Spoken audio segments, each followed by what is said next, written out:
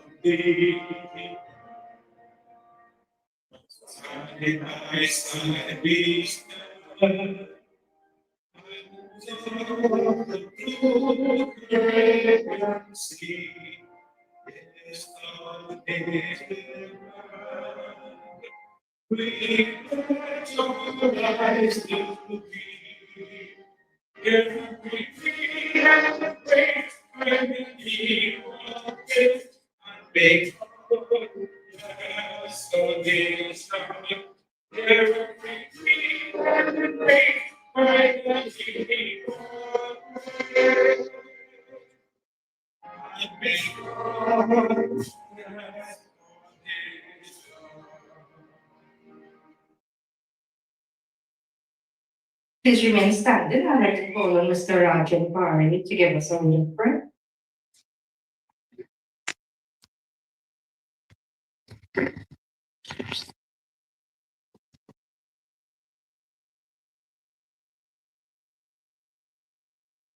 Dear Lord, we are gathered here this evening in your name. We seek your blessings on this meeting and pray your guidance in all the matters discussed, that we may bring some relief and some fruition to our endeavors here this evening, to the benefit of all gathered. We pray, O Lord, that at the end of this meeting, you take us safely to our homes and keep us there in your name. Amen. Thank you, Mr. Pari. So I would like to recognize our Minister, our Member of Parliament, and Minister from Local Government, Ms. Khadijah Ameen. I would also like to recognize the representatives from the various government agencies that should have. We have Ministry of Works, Drainage Division, Mr. Pakistan. He's the Superintendent for Central, and he has always worked with myself in Bamboo 2 and Bamboo 3, and we appreciate that. We have Mr. Seema Ramsaran, he's a site engineer in the Ministry of Works and Drainage Division. We have a Ministry of Highways Division, Mr. Mark Cooper and Ms. Patrice Caprieta, as hoping I pronounce that correct. So we also have Office of the Commissioner of State Land. The Commissioner of State Land is on her way. We have a representative here. We have Mr. Bishnal, Mr. Darren Wallace is also here. He's the technical advisor to the Minister of Land and Legal Affairs. We also have with us here our National Disaster Coordinator, Mr. Jerry David. We have also from the Traffic Management Branch, Mr. Adande Pigot, Chief Traffic Engineer.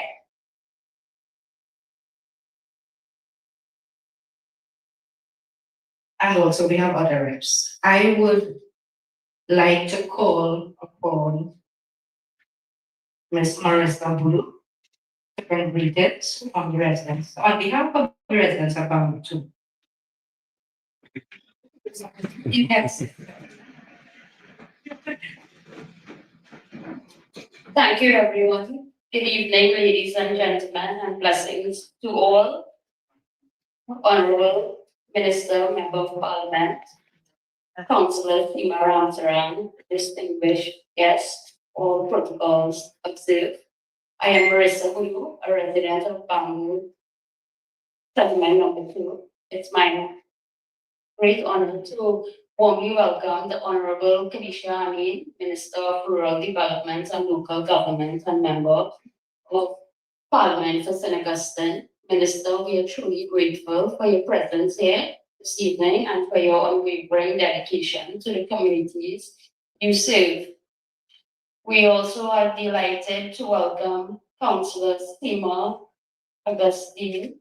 Councillor, your commitment to our community is deeply appreciated, and we thank you for being with us here tonight. I would also like to extend a warm greetings to the representatives and officers here, the Ministry of Works Drainage Division, the Ministry of Works Highway Division, the Ministry of Rural Development, Disaster Unit, the Office of the Commissioner of State Lands, the Traffic Management Branch.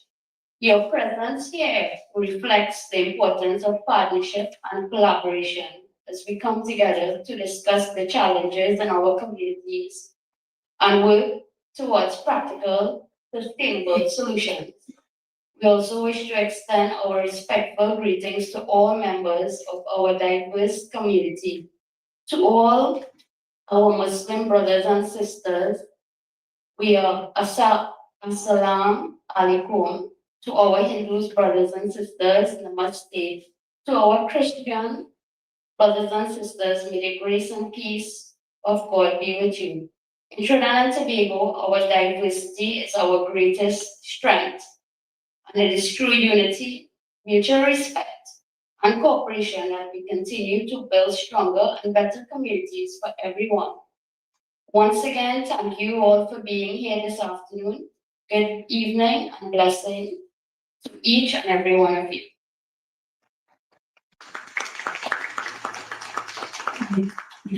I want to say thank you very much, Marissa.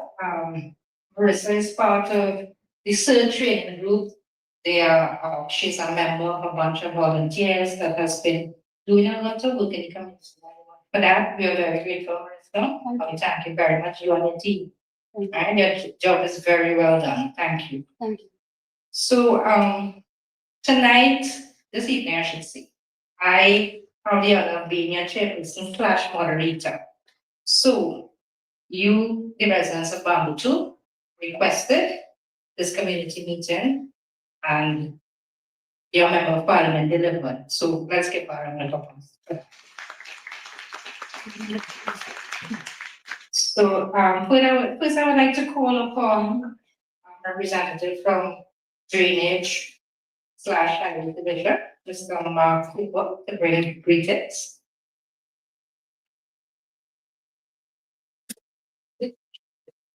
Good afternoon, everybody. Very happy to be here and share with you what the ministry has been doing. And we look forward to as well hearing the concerns of the residents here of Bamboo number 2. With us today, we have the Director of Highways and as well representatives from the Drainage Division. So I know this area has suffered quite a bit in the past with flooding. So we're hoping today that any lingering issues of flooding, traffic and so forth, we will be able to assist infrastructure rather. We will be able to assist with. So we intend to take copious notes, and if we don't have the answers here tonight, we will certainly come back and provide that feedback to you through the Member of Parliament of what our plans would be and how we could best assist. Right. So we are public servants, and this is our intention, our mandate to assist the public. So with just those few opening words, again, I just want to thank you for inviting the ministry here to share, and I look forward to hearing all of the comments and recommendations as well from the community. Right, so we are here to assist. Thank you. Thank you very much, Mr. Cooper. I will now call upon Mr. Rajesh Lal to bring this on behalf of the Commissioner of State Lands. Honorable Minister, members of the head table, Bamboo residents, good evening. So as Ms. Seema would understand, Rajesh Lal, I'm advisor to the Minister of Land and Legal Affairs. I am just holding the chair until the Commissioner arrives. However, I do want to commend the minister for bringing all these parties together to try and help solve problems. I want to give the commitment as well. Commissioner of State Lands is under the Ministry of Land and Legal Affairs. And Minister, together with the entire team, we are committed to working to help resolve your issues. And we are very eager to hear to see how quickly we can bring them to resolution. So all the best, and I want to wish everybody Eid is up on us this week. I want to wish the Muslim community and all of Trinidad and Tobago Eid Mubarak. Thank you.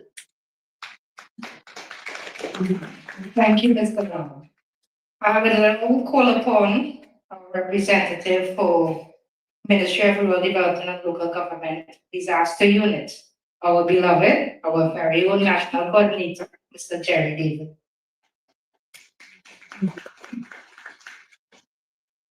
Minister for Development and Local Government, the Honorable Khadijah, Ameen, and all my fellow public servants here. I'd like to welcome you to this meeting myself. I have had, because of the minister, before she was a minister, a close relationship with people in Bamboo. Lots of the times when things happen in the past, it's because of my affinity with the minister, which goes back a very, very, very long way. Like very, very, very, very long way. Like when she was Councillor. when she was a councillor. I remember the first time I met her, I looked her in the eyes and I said, what a beautiful woman like you doing things like doing politics like this. I think it was when it was at the time of Basdale Pandey, way back then. And we were doing assessments. And I came from Digger Martin, I was the field officer there. And I came from Digger Martin to do assessments all over. And that's the first time I met her. And after that, this sort of affinity has been built. At the Ministry of Rural Development and Local Government, Bamboo gets the most of the equipment the ministry has.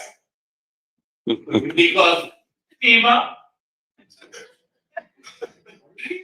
oh yes, Seema, right now the backhoe is somewhere like Seema. And last year, she took it for about a month and a half. Yes. And the excavator, I don't know if you ever bought the excavator, but she always calls me, and other councillors will always call me, and the equipment is always loaned freely to Seema. That is Seema, that was before the Honourable Minister was minister. I think so.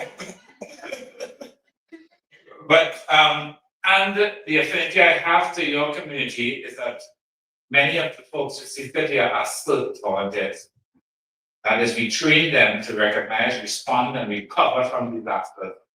And we equip them with all the food bags and all the equipment, the PPEs, so that they'll be able, should something happen, at least they know how to respond. Because things will happen. One has to learn to adapt to what is happening around them. And there are many people, some of whom are sitting here tonight, who have been trained as community emergency response team. Everybody may know Mitra around that. A little short, sprightly, energetic, full of life. I took him out of Tunapona and I brought him to Get House. No, you're not gonna take him back. We keep him Mitra.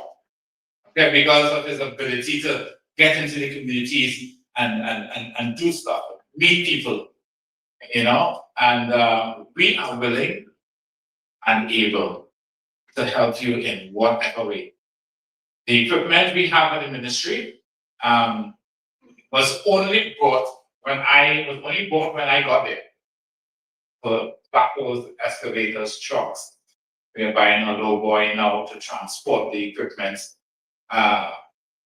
lots of stuff we're doing, because I think that we must help the regional corporations.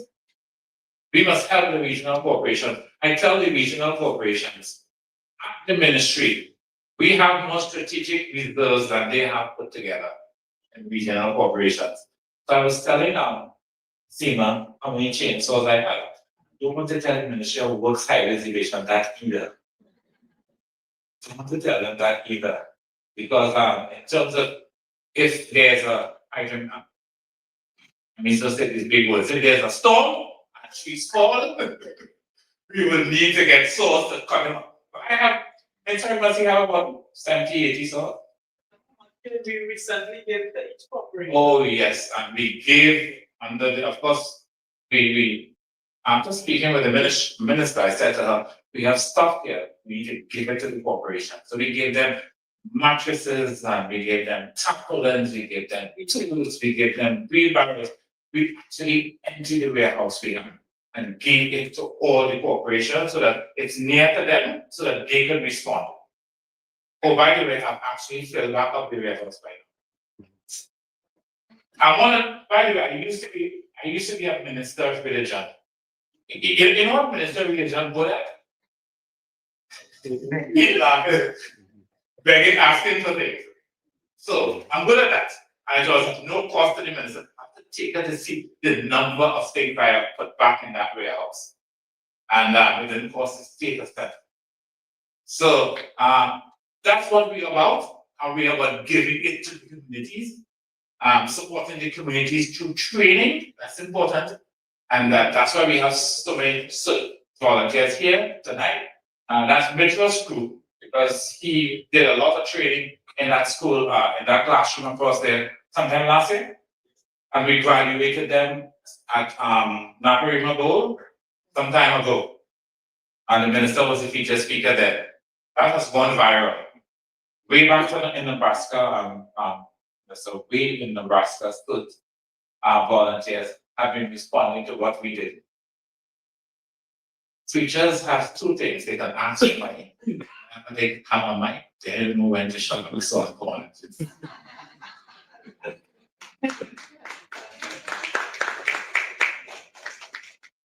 So residents of Bamboo, you will see why we have to be extra nice to Mr. David. So Mr. David, I was unaware of the excavator. Now that I know, you'll be hearing from me soon. I would like to call upon the representative for Traffic Management Branch, Mr. Dande Privot, to bring greetings. Honorable Minister, good evening, fellow colleagues, Bamboo residents, good evening. It is a pleasure to be here this afternoon. I think about 2 or 3 weeks ago, the Minister and the Councillor and the Minister of Office spoke about some major concerns in the area respecting Bamboo. I think we offered some small solutions so that we could have the community sign petition, get the information, speak to TPS so that we could put things in place legally. We didn't get that advances yet. This meeting came, and I thought it was actually a very good idea to actually have the meeting to hear the information directly from the residents, because yes, we are the engineers, but they are living here. You know their problems, you feel their problems every single day. So I'm here, open ears, to listen. I don't have any solutions at this present point in time. I'm here to listen, hear where your problems and your cries are, take it back, look at possible solutions, and see how we can integrate any traffic rules. I know you have traffic rules, but I tell everyone all the time that roads don't really cause traffic. Land uses cause traffic. Right, so we'll see what we can do. And obviously, it's a community meeting, so obviously we'll have residents and business people here to hear the cries. So when we get that information, we'll be able to crunch it accordingly, pick up the relevant data so that we can bring forth some reasonable solutions. So thank you very much for this opportunity. And there, open ears, open arms to hear what's on the stage. Thank you very much.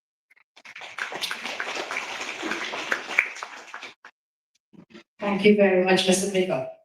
So before I move further into the meeting, I would like to recognize a few persons. I would like to recognize the hardworking staff of the MP's office. I would like to recognize members of the executive, the St. Augustine executive, the chairman of the executive, Mr. McMahabir, and other members of the executive. And thank them so much for coming out, always supporting St. Augustine. St. Augustine constituency means St. Augustine, and we appreciate when they assist and support throughout the constituency, not just the community they live in, but St. Augustine as a constituency. Right, so I want to say thanks for that. I will now call upon our Honorable Member of Parliament for St. Augustine and the Minister of Rural Development and Local Government, the Honorable Khadijah, Ameen, to bring greetings.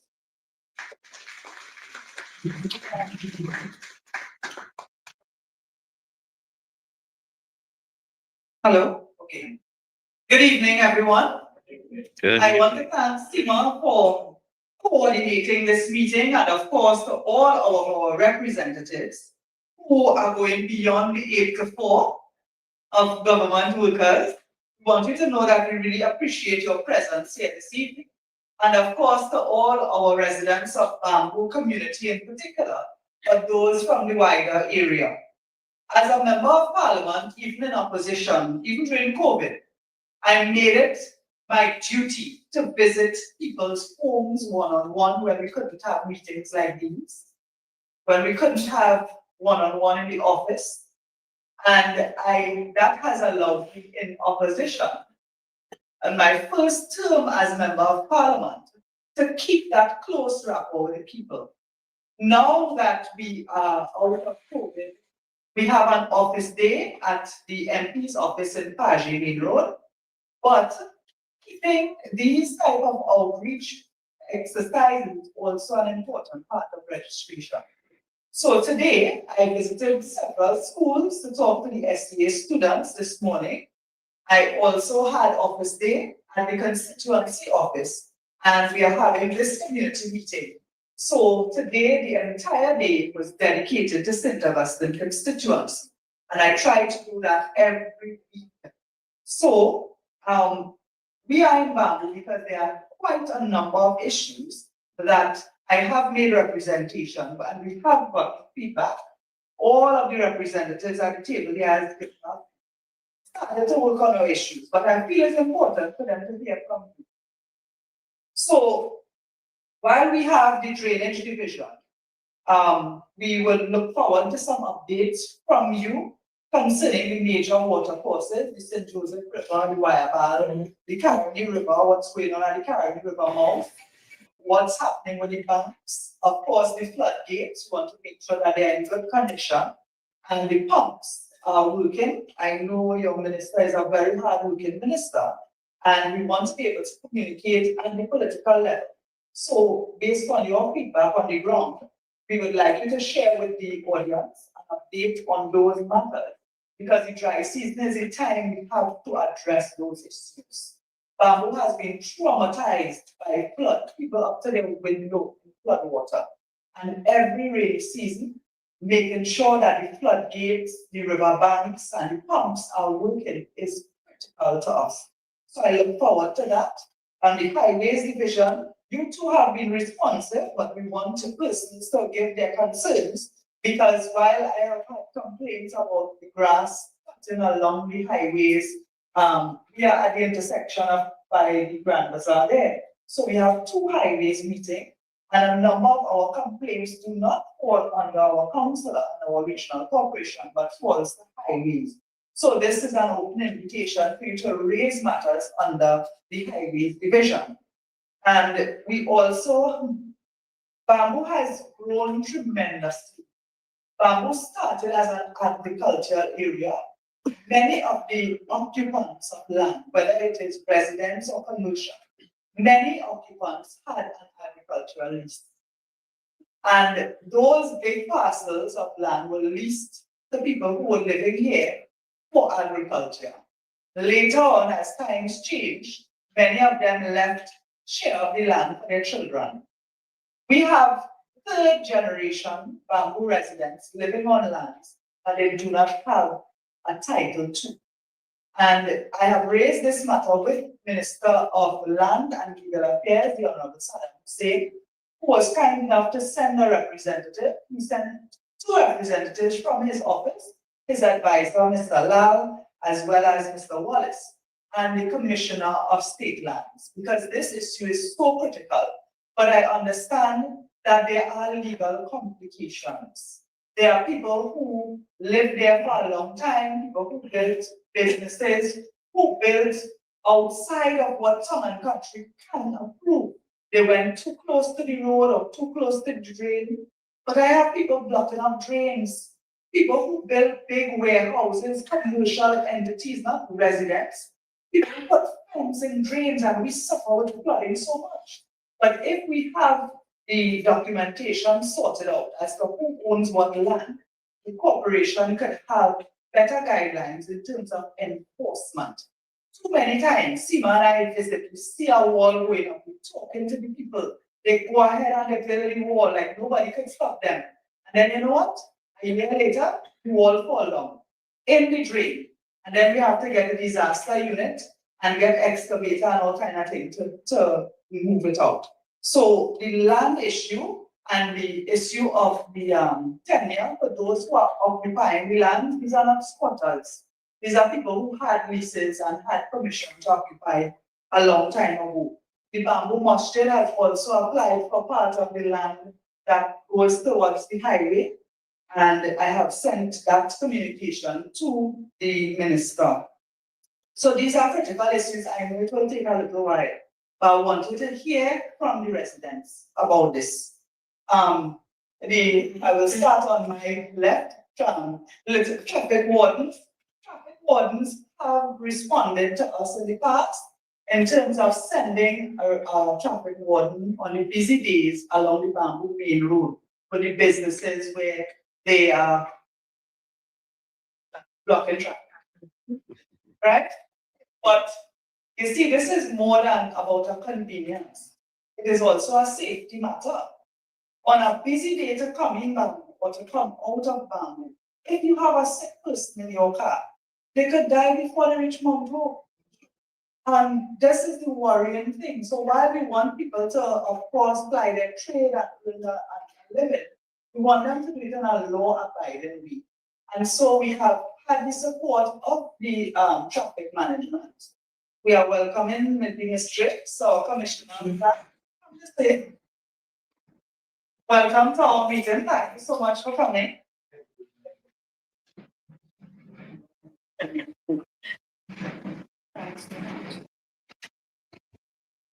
So we are happy to have the traffic warden representative.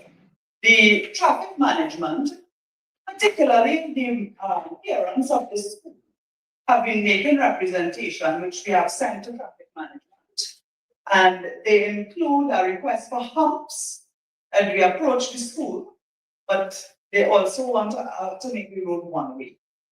And that, of course, requires input from residents. You see this fella here, this engineer man here, he does follow the rules. So it requires signatures to get humps, signatures, he has to do his data analysis to determine if the road could be one way. And we suggested the road to be one way, morning time when school started and evening time when school was. After that, it could be two way. But that is a real challenge, and people who go into work and so on also get caught in that traffic. So it is a suggestion, but we want to get the input of residents if we didn't have the opportunity before. While I had letters from the PTA had discussions, other residents may not have been engaged. And tonight I wanted to make your suggestions. We also had some other requests for humps in other parts of the Bamboo village. And this obtains the Bamboo 2 as well as Bamboo 3, because we do have residents of Bamboo 3 here. So we'll ask Mr.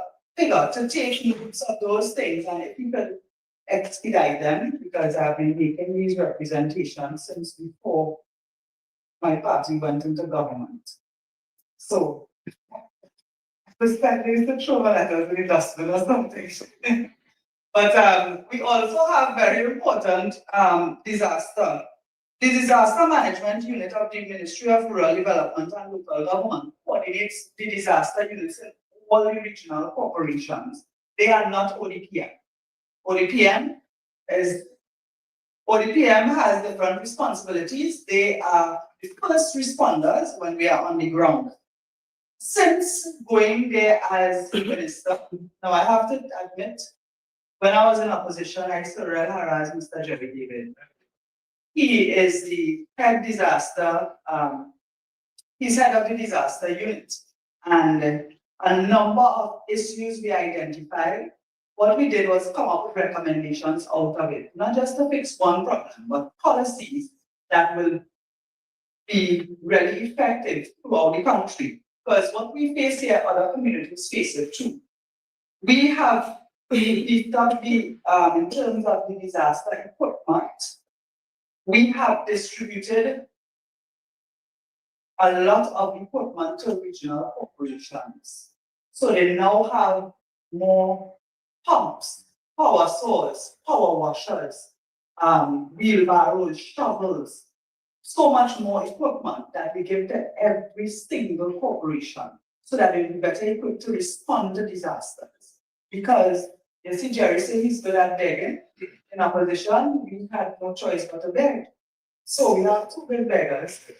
And so we have been able to engage donations from private enterprises, international organizations, religious organizations who want to contribute to disaster relief. So we have restocked the warehouse, the headquarters warehouse, even though we gave out almost everything we had to the regional corporation. This never happened before. When I became minister, we trained over 300 community emergency response teams members. And you see that little fellow we call Mitra, he coordinates the search training. And so these teams are now in our communities helping us. And you have one very active team here in Bamboo. And there are so many other initiatives under disaster. I recently took to cabinet and noted to expand the disaster unit. Although the disaster unit have 3 people, officially 3 people. And the regional corporations, how much they have? They have 4. For an entire regional corporation, they have 4 people responsible for disaster. The head of the unit, a driver, a person to collect data. 2 field So, officers, 2 field officers, 1 communication officer, and the type. We now have the volunteers, 300 of them and more, that will add to that. But it is clear that we need to beef up our capacity. And so as minister, with working with Mr. Jerry David, we took that to cabinet. So across the country, we will have real disaster units.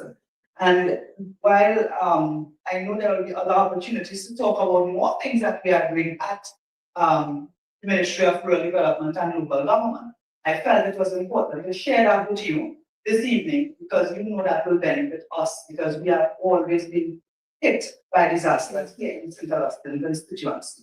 So this meeting really is for you to talk.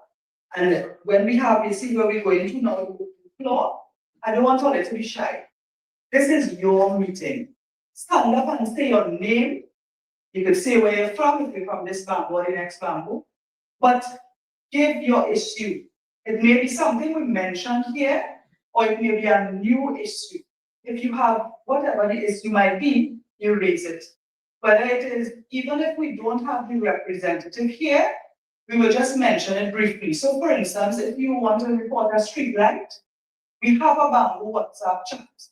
Anybody here in the chat? Yes, most people are in the chat. So if you're not in the chat, you can join. And Seema and I are always responding to the chat. If you have a light pole number, light pole missing, street light not working, you need a new street light, to send us the light pole number and we deal with it. So if there's a matter that we don't have a representative for, you can feel free to stand up and mention it, so we'll take note of it. But we want to take the opportunity to really raise matters that pertain to the representatives here. And so I want to encourage you to be brief, to allow other people the chance to talk, but make sure and say your name and where you're from. But I thank you all for coming to this meeting. So the floor is now open.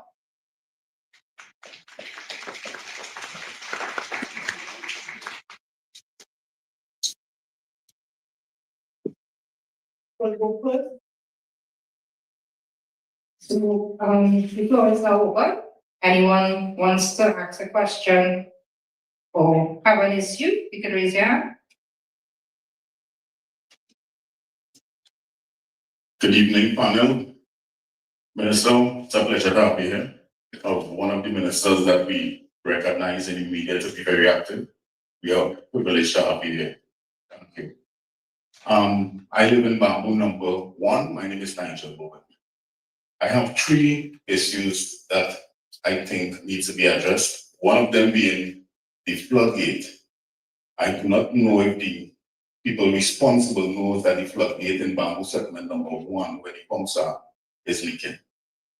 That gate is a critical part of preventing floods in the community. That gate has a major leak.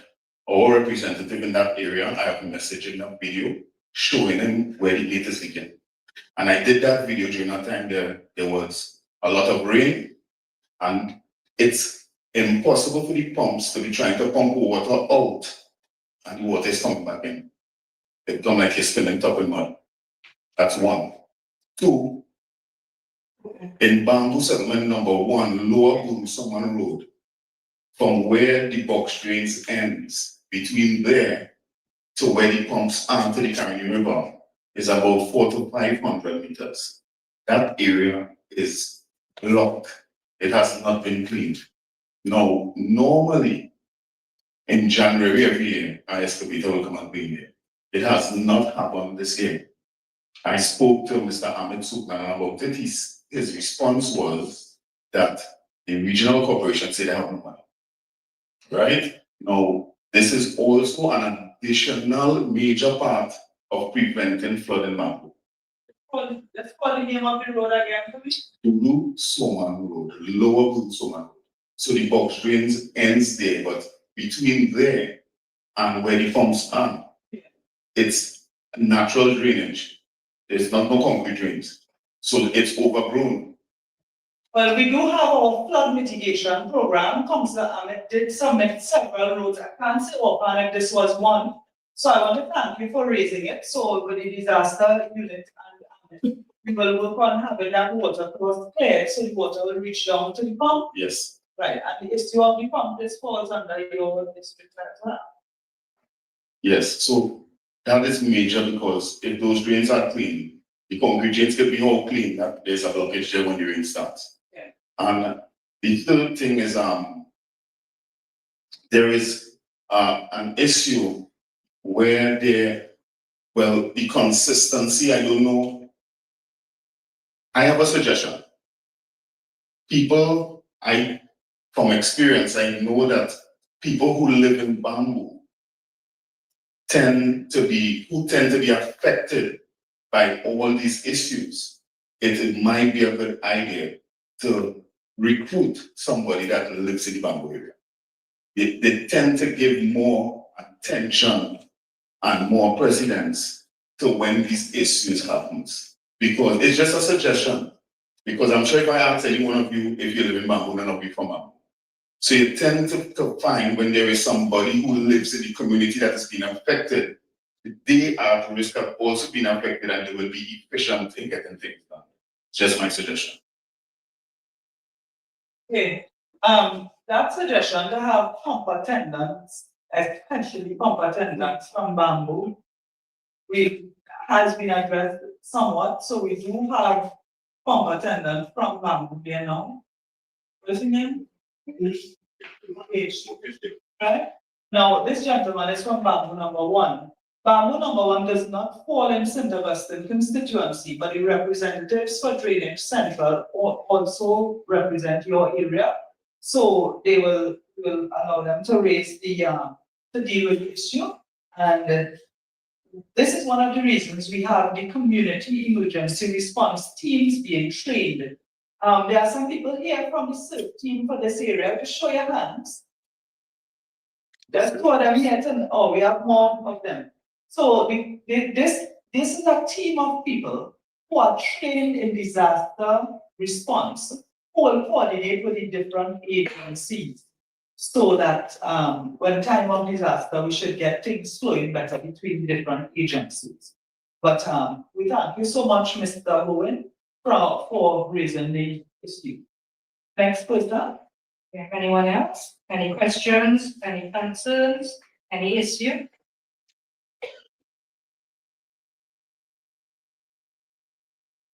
Good night, my name is Michelle Raguba. This is what the commissioner's statement is called. I have been writing 15 years now to the state plans about access to my home was blocked up and from Banco number 2 Palestine, Jaffa Street. Family members blocked me up. I wrote many occasions. The other road back and nothing has been done. I applied for a lease for that part of my houses. Nothing has been done. Recently I wrote a letter. I got no response. What can you, if anybody can help me on this incident, what's going on?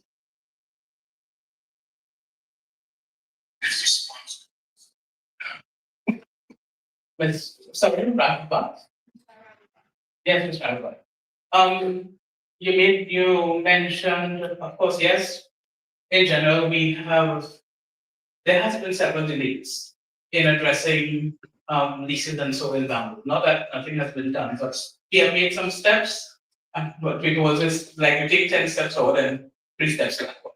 So there are delays. But the key thing you mentioned is your relatives that have blocked. I cannot get into family business. We will try as best as possible to talk to family members, and that's one of the issues we really have why we have so many delays. There are lots of disputes. Yes. My home is blocked. Every person should have access to their home.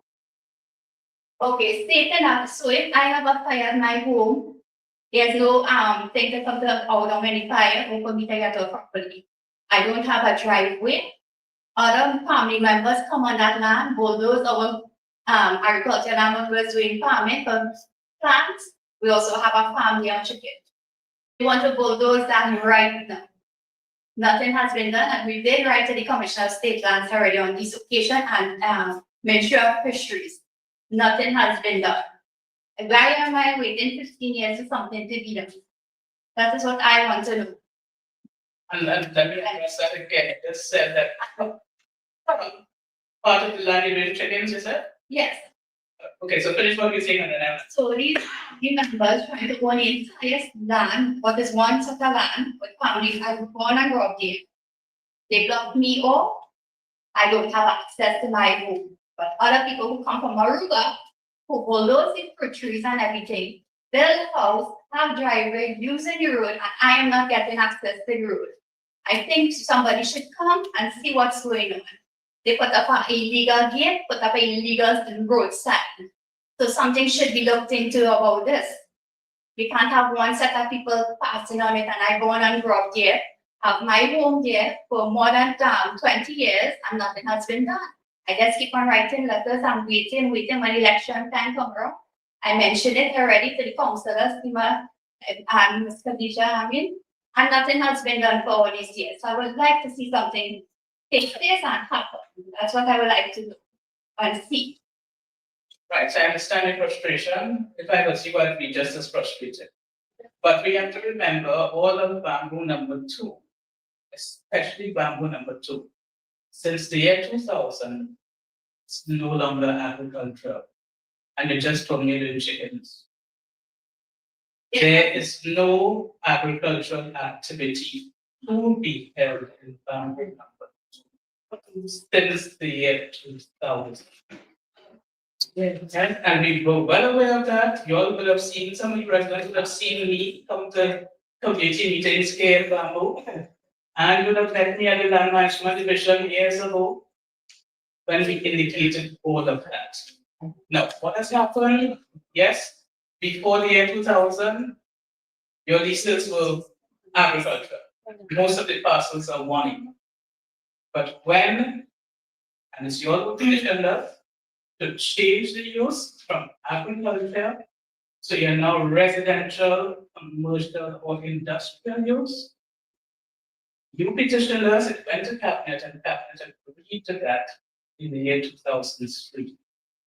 So we have no more agricultural leases. The last agricultural lease expired last year, to be exact, 2025, and no more agricultural leases that will be given in Bangor. So I would suggest that you cease the chipping activity.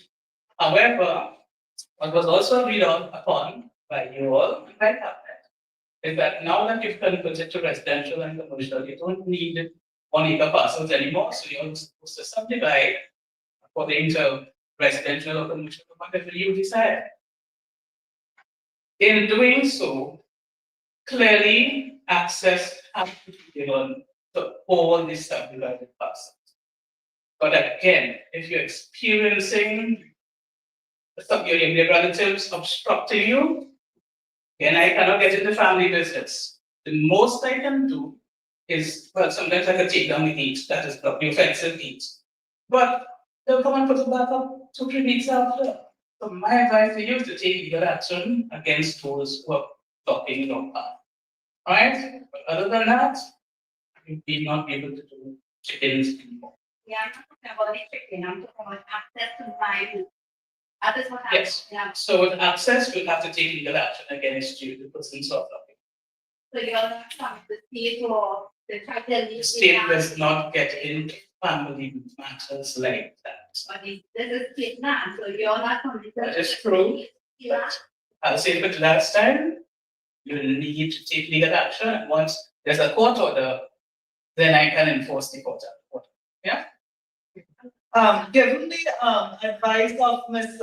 Drake's, Ms. Michelle, what I would like to do is to arrange for you to see an attorney to get some legal advice, some free legal advice. They will not charge you, because I know that this issue is very prevalent, and I understand your frustration because you can't get access to your parcel. And when we talk about subdividing, every parcel on that piece of land is supposed to have access. So a lot of families have put one roadway along the edge of the land that will allow everybody to be able to access. So that is what would probably be required there. But we will have to let you speak to an attorney. And of course, it's important for family members to understand because, well, let's let you speak to the attorney and all the documents you send, the letters and so on, you have. Work with them when we make the appointment for you, okay? And we need a contact number for you. Michelle. Michelle, before you leave, you see the fella in the white shirt there? He is an attorney. So give him your phone number and we'll make an appointment for you after the meeting. Yeah? Anyone else?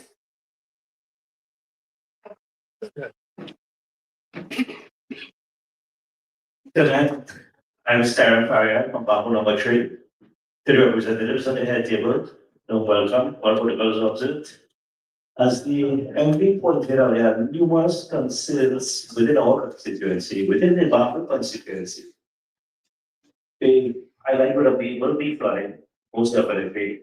We have a lot of challenges. We have no police officers here at that time, neither any of the town minutes. As those are issues, burning issues also, the crime and the terrain and stuff. First we start with the flooding issue, right? To the representative,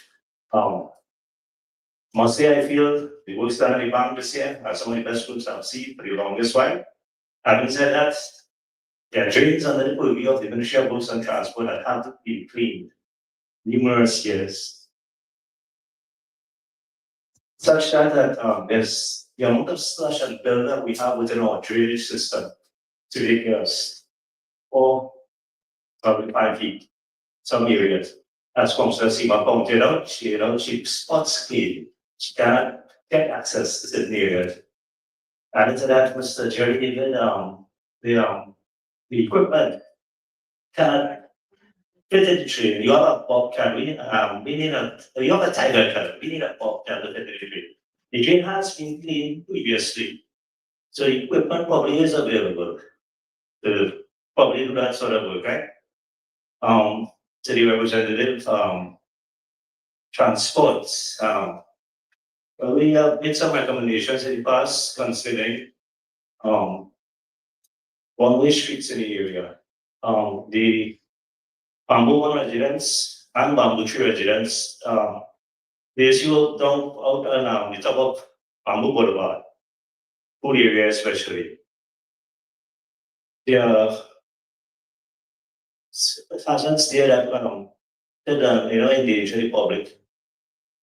Housing, God forbid, that lives. If an emergency vehicle has to pass through there at any time during the nights, they wouldn't be able. And every second comes, Mr. David, as you are well aware, as someone lost their property, and as I said, God forbid, loss of life, serious issue, serious hazard. The little water person here, and the whole of Bamboo Boulevard. We have businesses there, and they just dump their stuff, and periodically they burn the stuff. We have our own area, the timely cleaning of the area, it doesn't happen. And if the water does come up at any time, ends up back in the drainage system. It happens periodically. From time to time, the council is well aware, sent out many pictures, videos of stuff, people doing stuff. Also, Mr. David, if you remember me, I'm still certified with the MD councillor. There's an issue with the some. And if you recall, I had a meeting with you and Mr. Sherry Seema, but it was equipment available. Only when you came on board, the equipment was made available, pots and blankets, what have you, to the equip centers, such so that the our centers was equipped and television crew and stuff came in and it was outfitted. All the other shelters were outfitted after 30% of your empty your warehouse. Excellent of you. The problem now is that they like to get back the stuff, no problem. But John Public here would be, you know what they was in the government, what happens? Tend not to get it back.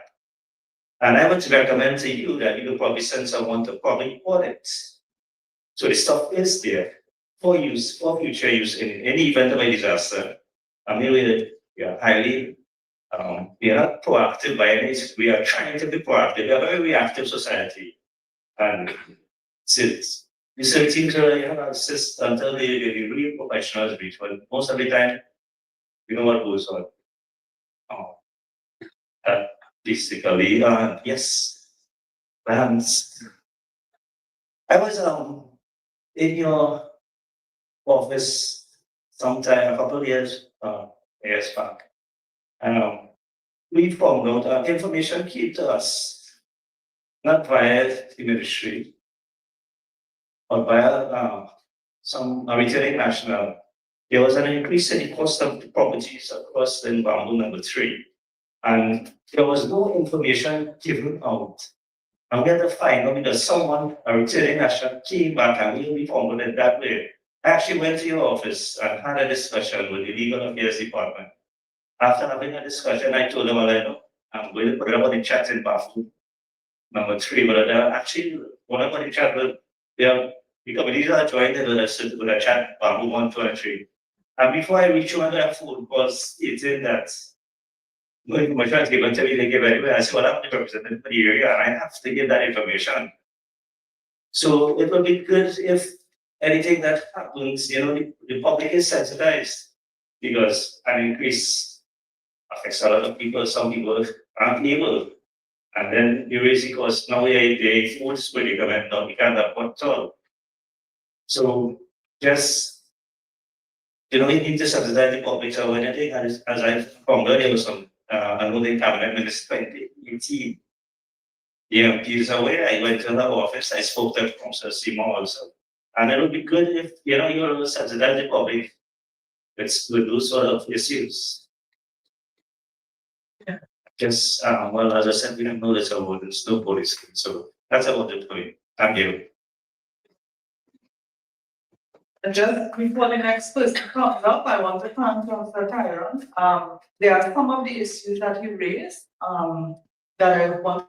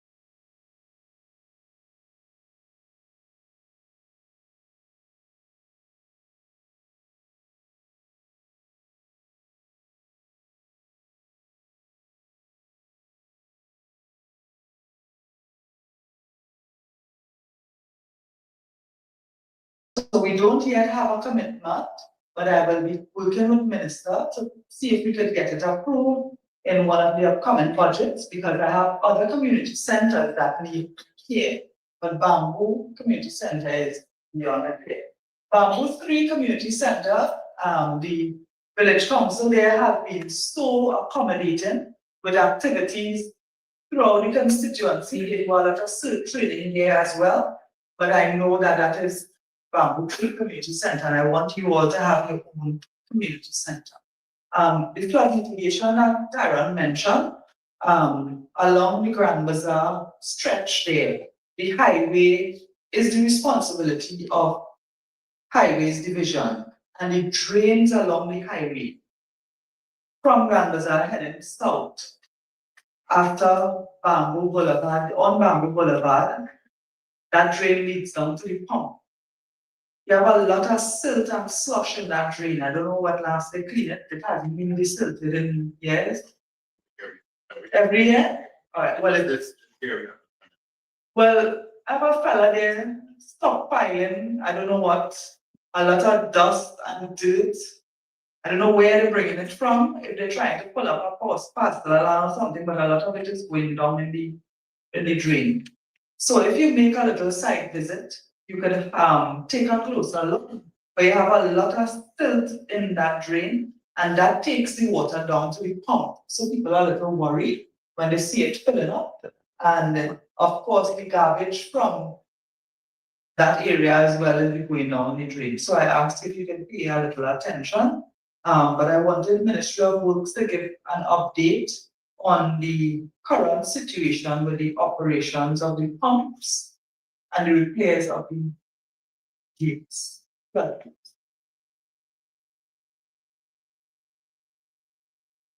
Good evening, everyone. Minister, colleagues. Just give a brief update. Currently, Minister has topic sensitive, because I was just talking to our CTO about giving a general update in terms of our operations. So I'll try to be as brief and concise as possible. I know talking about 2018 and 2022 for about 2 residents, and also some of the BAM 3 residents, even BAM 1, it would be very touchy and bring back for sad memories, I should say. However, I'm glad to say that we are trying our best to alleviate some of those issues.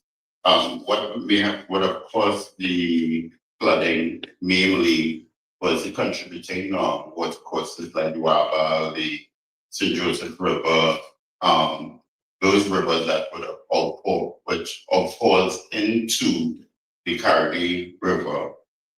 Because of the volume of water that the Caribbean now receives, based on the development that takes place around the Caribbean River and also as far east as possible, Caribbean River now takes a large volume of water and pushes, and when it comes down, it now pushes the water up to these tributaries. What the Drainage Division has done is actually increase these embankments of the tributaries to the same level of the Caribbean River, in some places a bit higher.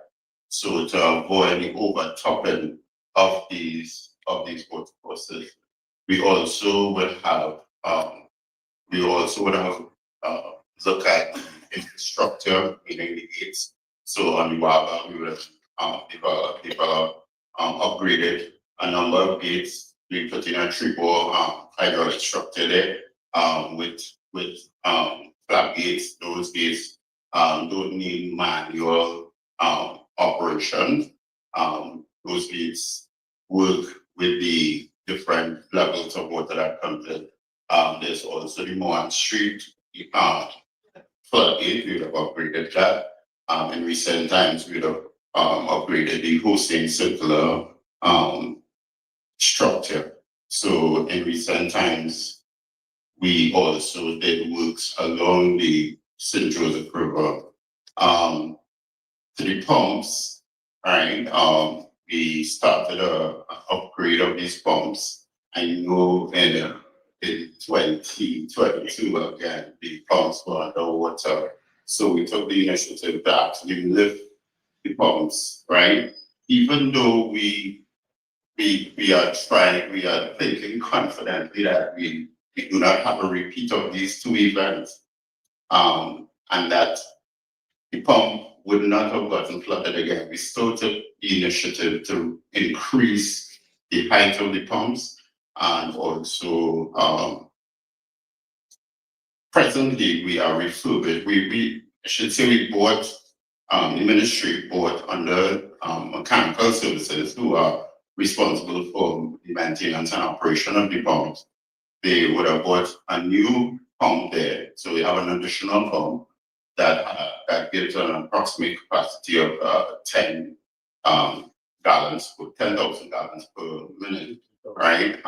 Together with the previous pump that is now has been sort of doing some upgrades to that pump, right? The present pump, we are upgrading that pump. Now that being dry season, we're doing all this work so that when the rain comes, then we would have the works completed and install the pumps. So you'll have two pumps there. But right now, even if we get some rainfall, we put in a mobile pumps. So we have two pumps there that has the capacity of about 20,000 gallons per minute. That is in the Bamboo 2 area, right? So moving forward, we would love to give the comfort to the community, to yourselves, that while we cannot stop flooding in its entirety, given the geographical location that you're in, we would love to, ensure that we try to manage the flooding. In terms of the cleaning of the water courses, because the gentleman, he didn't really give too much detail as to the amount of drains that wasn't clean. I just wanted to put up plug in here. While we maybe drainage division doesn't have the responsibility over all the drains within the community. We have drainage division responsible for natural water courses and rivers, right? I have been working with Councillor for some time, and we always talk about, what I clean and what we always coordinate, right? So the water courses that drainage is responsible for, we tend to try our best. However, we have challenges. Challenges, the minister spoke about it. People building walls, not given access for us to come in with equipment, right? So sometimes we clean half of the water course, and drainage division does not have many water courses within Bamboo. We have two major water courses, right, that we generally clean. That's one from Mohan Street towards the pump, and there's one on the other side that is from Hussein Circle towards the pump, right? All the other channels are what is considered as inflow drains, which falls under the responsibility of the regional corporation. And so when we clean our section, Councillor tried to come in and do her part, and we assist when we can with our manual team that we have. One manual team that we have to clean all the Bamboo areas, right? So yeah, this is some of the activities. In Bamboo number 1, the gentleman spoke about the leaking floodgates. We are aware of that leaking floodgate. We have a project also to upgrade that site, and we are trying to get that floodgate addressed. That floodgate would have been a floodgate that was done previously to the one that we have right now, the major one that we have, and we know that it is leaking. Apparently, the initial design wasn't looked at properly. So when there's a volume of water within the current river, it pushes back on the structure and cause flooding. I think I would have touched on most of the things that were raised, and I would give it. Thank you. I thank you very much for that comprehensive overview, because I know that we have been advocating for a lot of work, and that uncertainty, the trauma that people faced in those floods in 2022 to 2018. And I really appreciate you, because I wanted you to give you an opportunity to bring us up to date, because as MP, I communicate with them back and forth. Seema is always communicating with the division, but we have some more collaborating to do, because I want to ensure that the drains that lead to the pumps and the gates are clear. Some of those drains fall under the drainage division and some fall under the local government. So Mr. Jerry David and I will work with Seema to ensure that all those water courses are clear. Sorry, MP, I just wanted to, the boulevard, the drain that leads to the pump, and I know you'd have mentioned that it's not clean right now, but what we do, and also, it's a challenge, especially with the number of businesses that are there. So we have to have the contractor come in on the weekend and bring in additional equipment to get it done as fast as possible. We also, which we don't really cater for, but we do in terms of slowing down the roads after, because it's a lot of coordinating that needs to take place to get the job done properly. In recent times also, we would have paved part of the that channel to allow for a greater flow of water into the channel. There's also a program to increase the paving straight up to the flyover, so that it will address the heavy siltation that takes place there on a regular basis. Thank you. Okay, so, I'm sorry, if I could just get a moment, so, so what our highways contributes to the cleaning of the drains in this area. So there is, as Mr. Dick would have identified, that there are quite a bit of areas of cooperation. So for the major rivers such as the Samoa and the St. Joseph River, the highways division's remit is within the bounds of the bridge itself. So for the protection of the abutments, we do 50 meters before and after the bridges, and then drainage will take over their programs cleaning of the rivers. The highways division will also do the cleaning of all the underground culverts along CRH, so east and west of the Grand Bazaar intersection. I would also like to point out that the highways division's remit ends 50 meters beyond the end of the highway. Beyond that, we do not program clear any drains or passages beyond that. So if you say, okay, the highways company will clean up to here, well, actually that is our remit. We stop 50 meters beyond the highway. We have not started our program for this dry season, but we are engaged in currently hiring or engaging our contractors, so hopefully our program will start very soon. Thank you. For the road verge from by the Canaan roundabout, heading west to by Grand Bazaar, at least I know they are the two sides of the highway, but this side is my side. So from that same south Bamboo going into Bamboo 3 on the highway there, and then heading west, going on parallel to the highway. Well, that piece they have between the highway and the Bamboo Boulevard number 3. So I know we just ask you to pay particular attention to that. And I thank you very much for your update. We have one thing I also want to remind you of. Some time ago, we had a big fire in Bamboo. 7 properties were burnt, and 7 businesses were out of earning. And during that time, we realized that there are challenges with our fire hydrants. Fire hydrants are not always the yellow thing you see coming off the ground. Sometimes the attachment for the hose is on the ground, but it's important for the fire services to maintain these, keep them clear, and for WASA to make sure that we have suitable water pressure. During that incident, there were complaints that the fire services took a bit long. There was some challenge with the valve. And then when they started work, the pressure wasn't what ideal for them to get the water. So they did correct it. But in a fire, in a few minutes' time, that makes a huge difference. So since in opposition, I've been writing to the agencies.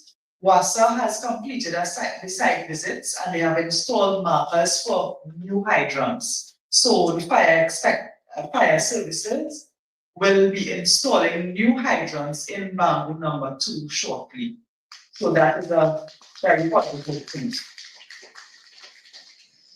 At this time, I want to hand over to Mr. Adande Pigot because you have a request to make the block around the school one way. If you make Jafar Street alone one way, he will tell you the technical parts and the requirements for making street one way. Hi, good afternoon again. Ideally, it's localized traffic, so I don't really have major issues with it, but challenge would be the residents themselves. Sometimes a few may want that one way and it will affect other people. So this is more getting community buy-in. It's a very good suggestion. It's normally done throughout the entire country. Roadways in the vicinity of schools, we know what takes place many times. Many schools will build, the infrastructure was not built suitable for drop-offs and those kind of things like that. You to pick up your charges as well. The parents come at a certain time and park on the roadway for when the charges come out of the school. And as a result of that, to reduce the capacity of the roadway. So it happens all over the country. So it's nothing unique. We do time-based one-way traffic. Personally, knowing how enforcement is in this country, I do not do time-based. But I know if it's fully one-way all the time of it will affect the residents. But for me, many times you don't get enforcement, so you have people breaking and then you get head-on collisions at times because someone will be cheating. So when we're making these decisions, we also look at road safety. Because when you have one way, you have the probability of people increasing their speeds on the road network system, and it can also be a challenge. When I heard a member of parliament speaking about fire, I also want to remind that we do have a number of requests for speed humps, and I know that was also a request in some parts of fire continuously raise issues of the number of street humps in communities and slow down. It's easy for your car, but a fire tender will have a truck pump with gallons of water in the back. They have to take their time and it affects their response time when they are going to deal with this. But so you have to find a balance now. And everybody wants a street home in the area. Some of the country that is speaking about here, we experience it, but other state agencies do have a chance. So we have to balance it. So even though, ideally, we can't address all of the concerns because it's a serious resource strain as well. But schools, school areas, recreation parks, major churches, talking about established churches, because people just go and rent somewhere. Nowadays, a church and feel that they're supposed to have a speed hump and that kind of infrastructure. But major established churches and those kind of things, we will consider to put that type of infrastructure. But generally, yes, churches mustn't be decided. But religious institutions, sorry, my bad. So that's the thinking. So I don't really have any real objections with the one way. But I just want to ensure that the entire community has no objection. That's why we like the petition. We okay with it. And when we put it in place, because we'll do it legally. What the point that was being raised about the boulevard, the reason why I asked for, let's engage the TPS first quickly, because it takes about 8 to 10 weeks to do the law to say that this roadway is one way or no parking and those kind of stuff. So to immediately get some relief, TPS has powers on section 66 where they can actually put their no parking like order of police commissioner. They can put that on the road immediately and do the enforcement as well. So if that was done, you see if there was any positive impact from that, then we need to do necessary legal notice for the code and the parking sign. I have no objections there because it really affected when we designed the interchange. All of those roads were taken into consideration and was supposed to help with the mobility for the entire interchange. So when those roadways are impacted negatively like that, affects what was designed and the shelf life of the interchange, right? So we didn't envisage that businesses will mushroom like that in such a big way. And now without parking, and now it's taking up the capacity of the roadway, which affects the mobility in the area. So having no parking sign is speaking to my ears, which I really wanted. But I know it's going to affect the businessmen who are there, who are operating there. And again, we don't want to have conflicts taking place because we know residents want it. I don't know if the businessmen are living in the area as well, that's the other thing. And if they're in the area, no, they're not. Since I'm educated. Oh, right. So that's where we have conflicts and stuff like that. But we try to minimize that. But those things I have no objection to because once you put the no parking restriction, and if we have the enforcement and the police cannot do any enforcement without law behind it. So we have to put the sign anyway, in the parking sign. If the residents realize that that's a solution, we have to put it, even though they may not get sustainable enforcement, but the 1 or 2 times they try to enforce in the area, residents will whoever patrons to these businesses will take it upon it. So that's pretty much it in a nutshell. For the few things that the member of parliament and also the councillor raised for the area, generally there's no objection by management, and we can put that in place. Gary, I'm going to switch phones. So on the topic of Can you- having one way, I Can you know switch me to somebody else?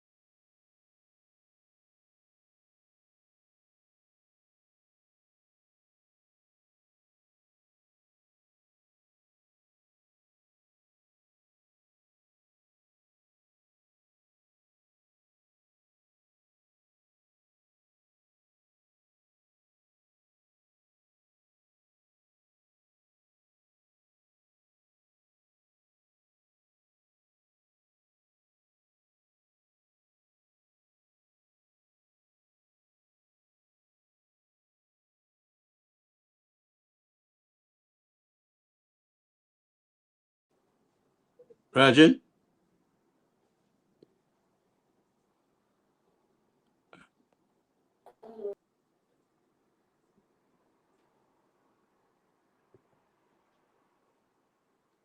We have a small interruption there, ladies and gentlemen. We're going to reconnect pretty soon.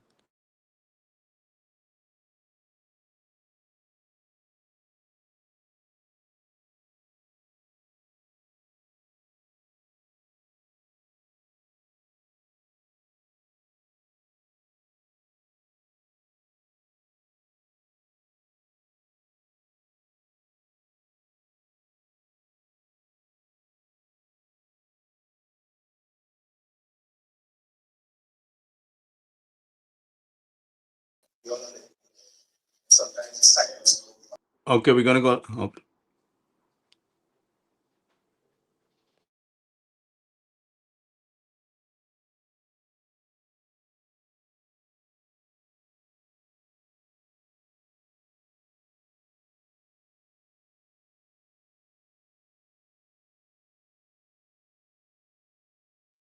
and then you come back out on the main. So that's the petition that was signed by the 100 parents. They will keep that. Okay, you're back on the live. I don't know when he's dropping out again. So we're experiencing a little technical problems there, guys. We'll fix it pretty soon.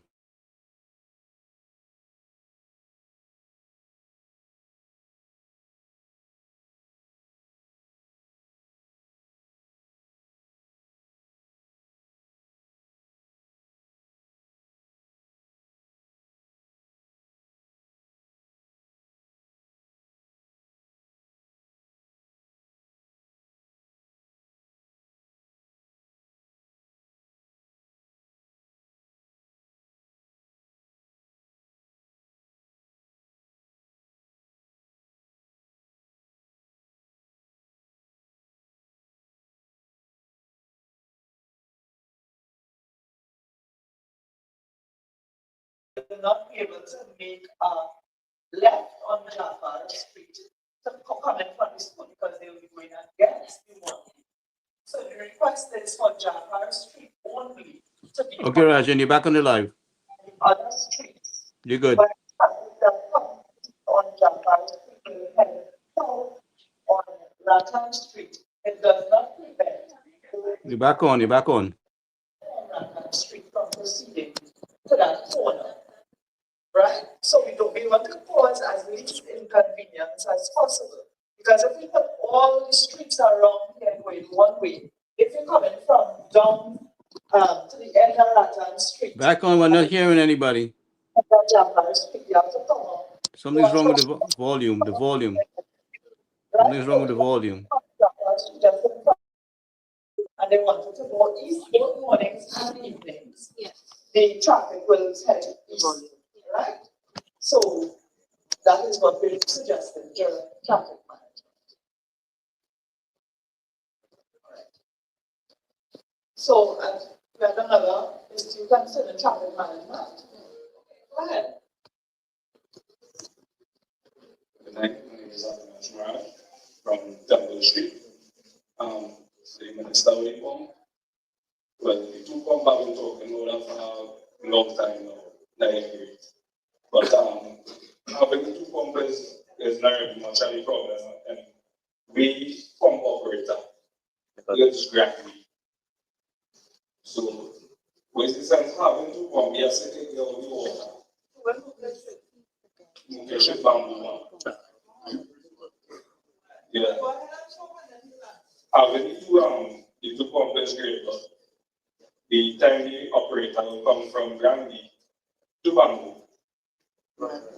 I even try sending resumes because I have to get flood water in my yard before anybody in this village can get it. So the last time, for the last flood, my house was underwater. I lost everything. So I even the old man who does assist this village for the flood. So that is it.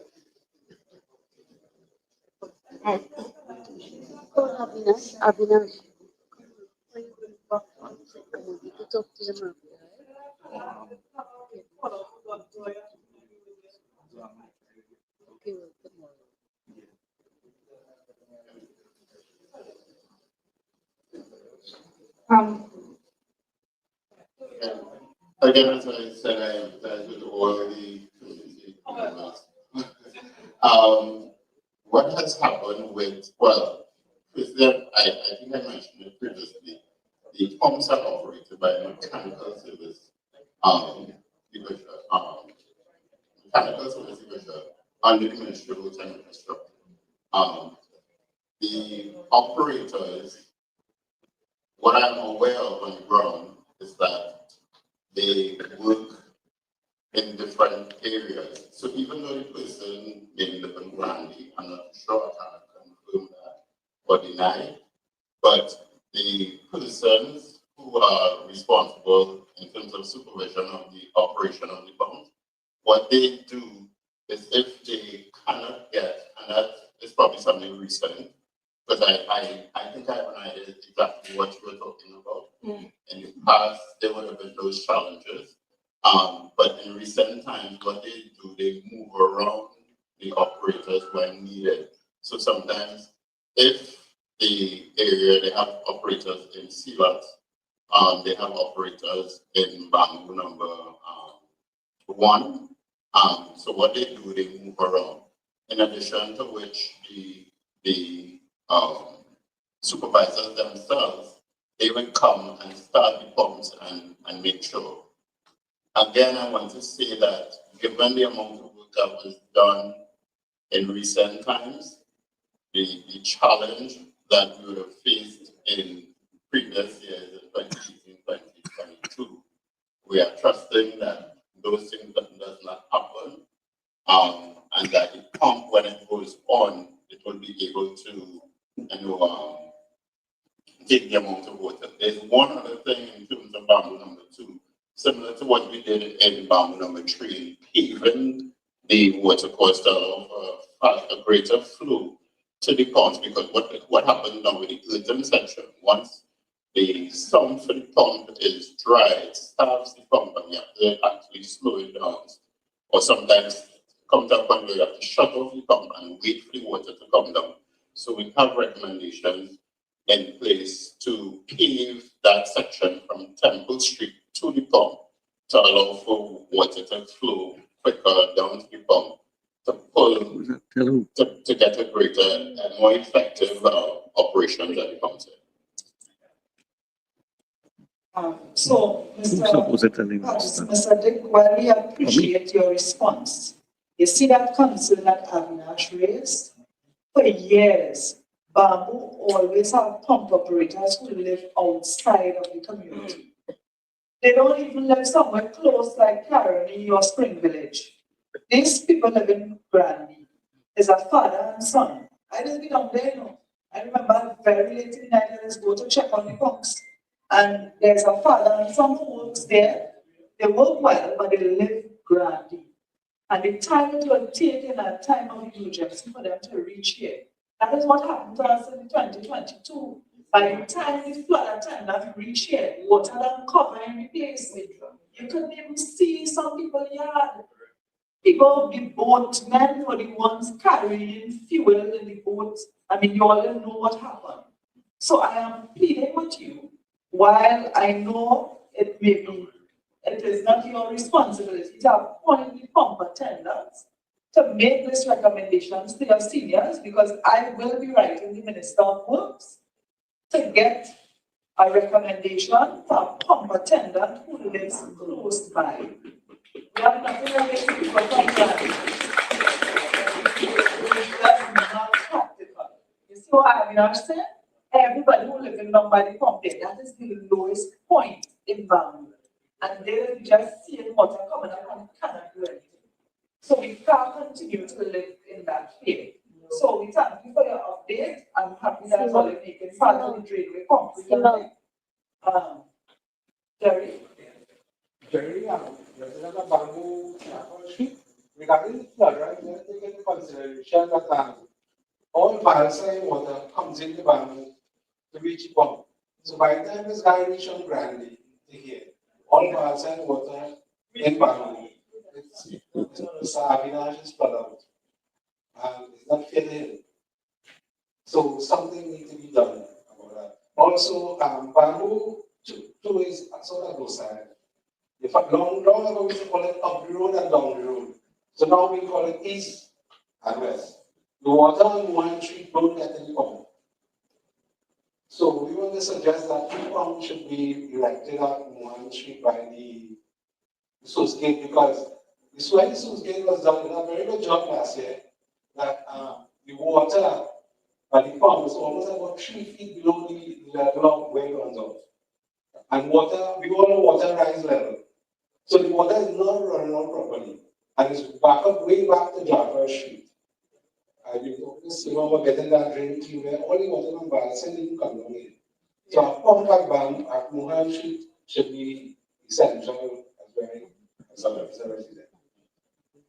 Also, regarding the traffic management, I know it's too much to talk about here, is it possible that we have a group that we could discuss traffic management properly?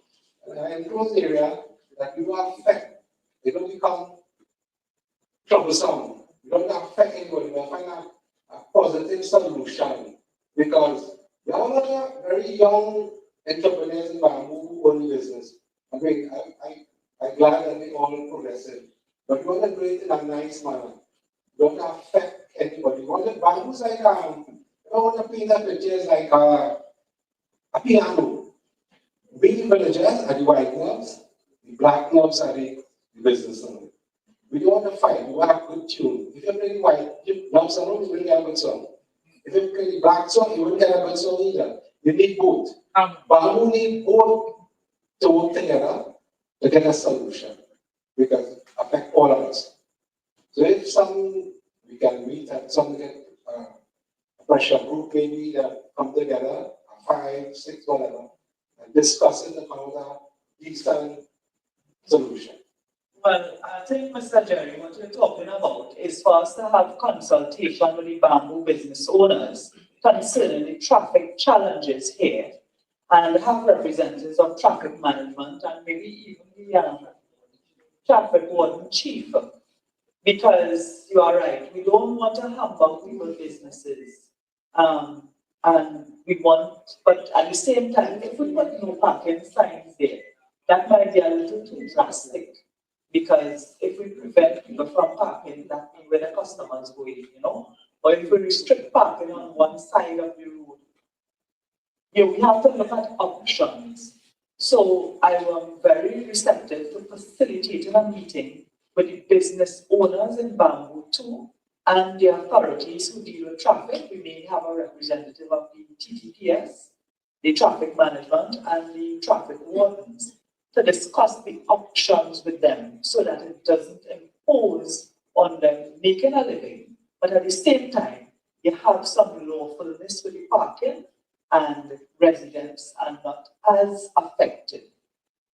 So if you are willing to facilitate that, or we have any business owners in the audience who would like to coordinate, we don't have to meet with all the business owners, but if we have some people who are spokespersons who can make recommendations on behalf of the group, we can work and then we can have a meeting with more and more business owners.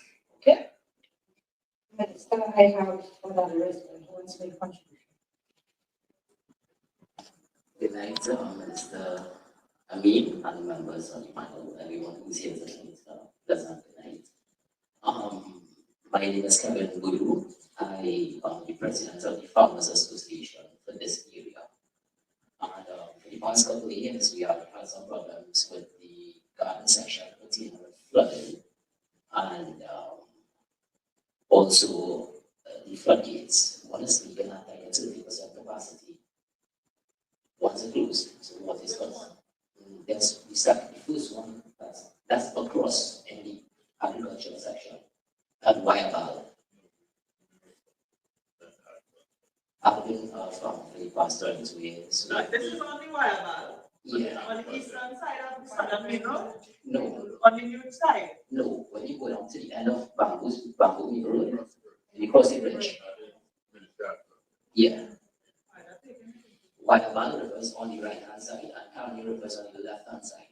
So it's like a slice of pizza if you really check it from a bird's eye view. And what happened on the river bank on the rice field from County to Wireball, it's every year it keeps on going down and down because water crosses it and comes in. So I have like sometimes 8 feet of water, 9 feet of water in my garden. So I use every single day. And it's really hard to start over because then it's a 6-month period with the rain season coming in. So I can't cultivate in rain time because there's constant flooding. Another thing is the maintenance of the roads. There's a lot of potholes. So farmers have it really hard to bring their produce out. Another thing is dumping of the garbage. Now for the past couple of weeks, the farmers got together and we decided to come together and try to get things done on our own. So we taking out money from our pockets and we trying to put up a gate. We getting things passed with Ministry of Agriculture. Farm Road and is in a video, so she's good communication. I have a meeting with her tomorrow morning as well. So she's coming to see what's being done. We have the cameras, but that's out of our pockets because we have been from the ministry for the past couple of years to really do that. I want to get a second job to keep up when I lost my crops. So there was some stolen vehicles that was in back there as well for the past couple months last year or so. Get by. It's getting by. So all these things is basically what is the problem. The major is the flooding, just the cleaning and maintenance of the roads and the drains as well. And that's basically it. So thanks. Kevin, I've known you to be a farmer for many years. I want to thank you for your recommendations and suggestions. While we don't have a representative of the Ministry of Agriculture here, I have taken the notes because I have been sending agriculture access roads and floodgates to the Minister of Agriculture and Fisheries to be repaired. And we also have the representatives of the Ministry of Land and Legal Affairs here. So I thank you very much for bringing forward your concerns.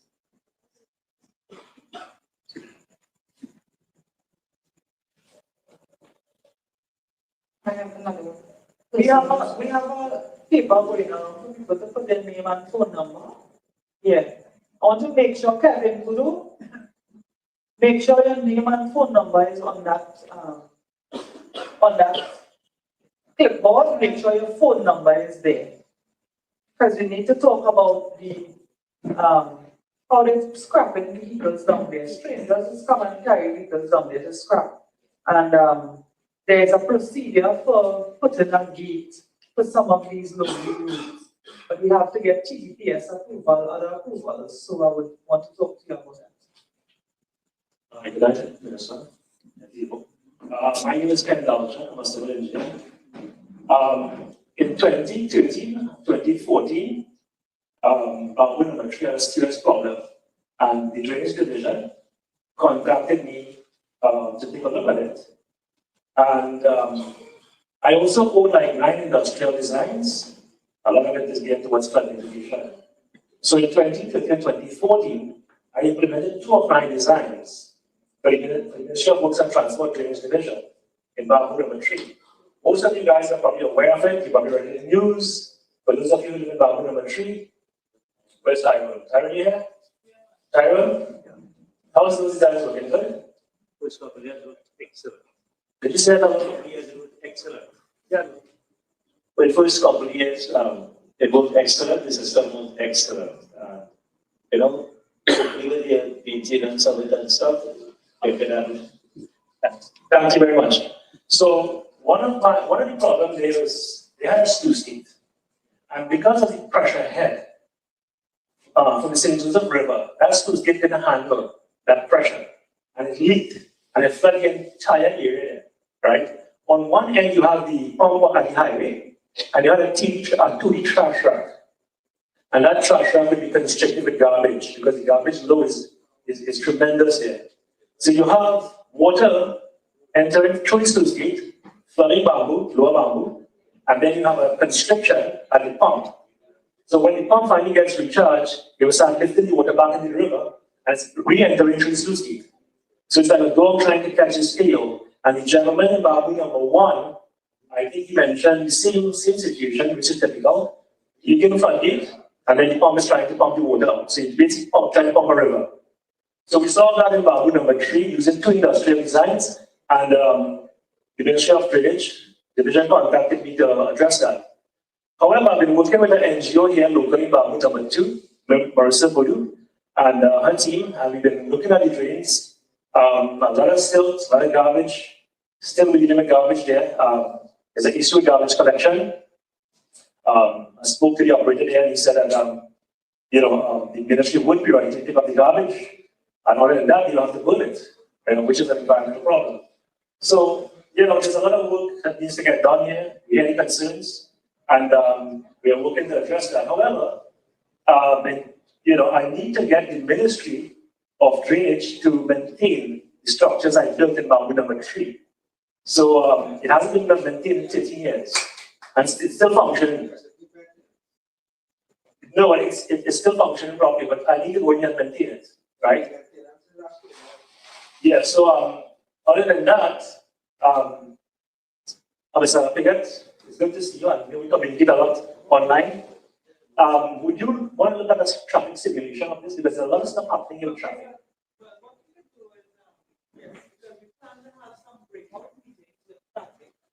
So I would love you to be part of that because we want to get the businessmen, traffic management, and Sure. Yeah, I think the way to go is get the new design capacity and then we run a traffic simulation because there's parking, you can manipulate that and see how the flows will be, you know. Because again, you're going to response time and stuff here. So a traffic simulation will be nice. But good to see it. Thank you very much. Thank you so much.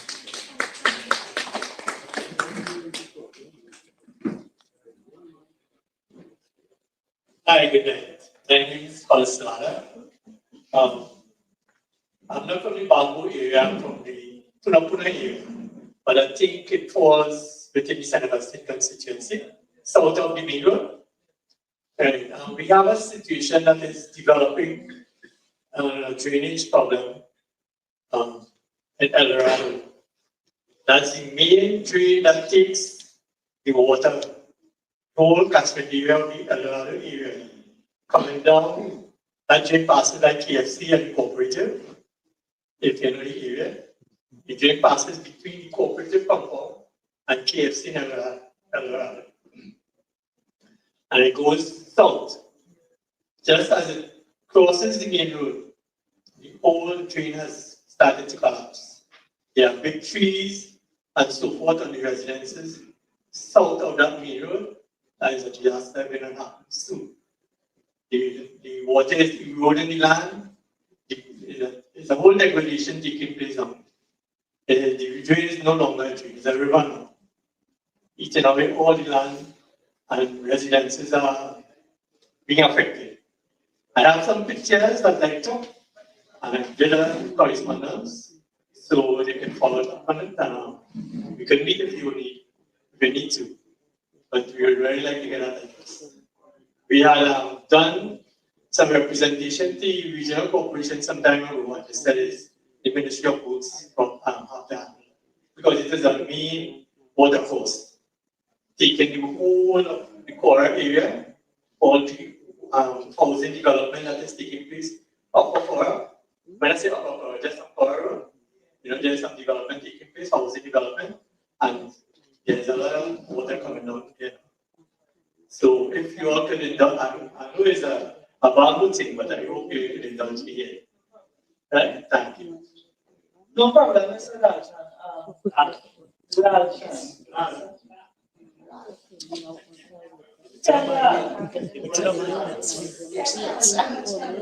Sorry, Mr. Hollis.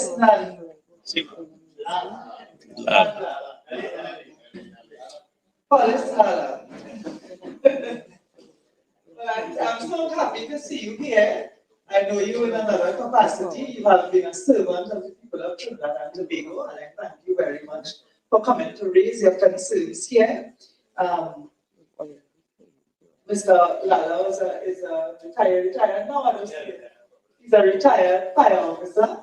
For many years, he served at the Tunapuna station and was always very responsive, even to give advice, even concerning so many communities in our area.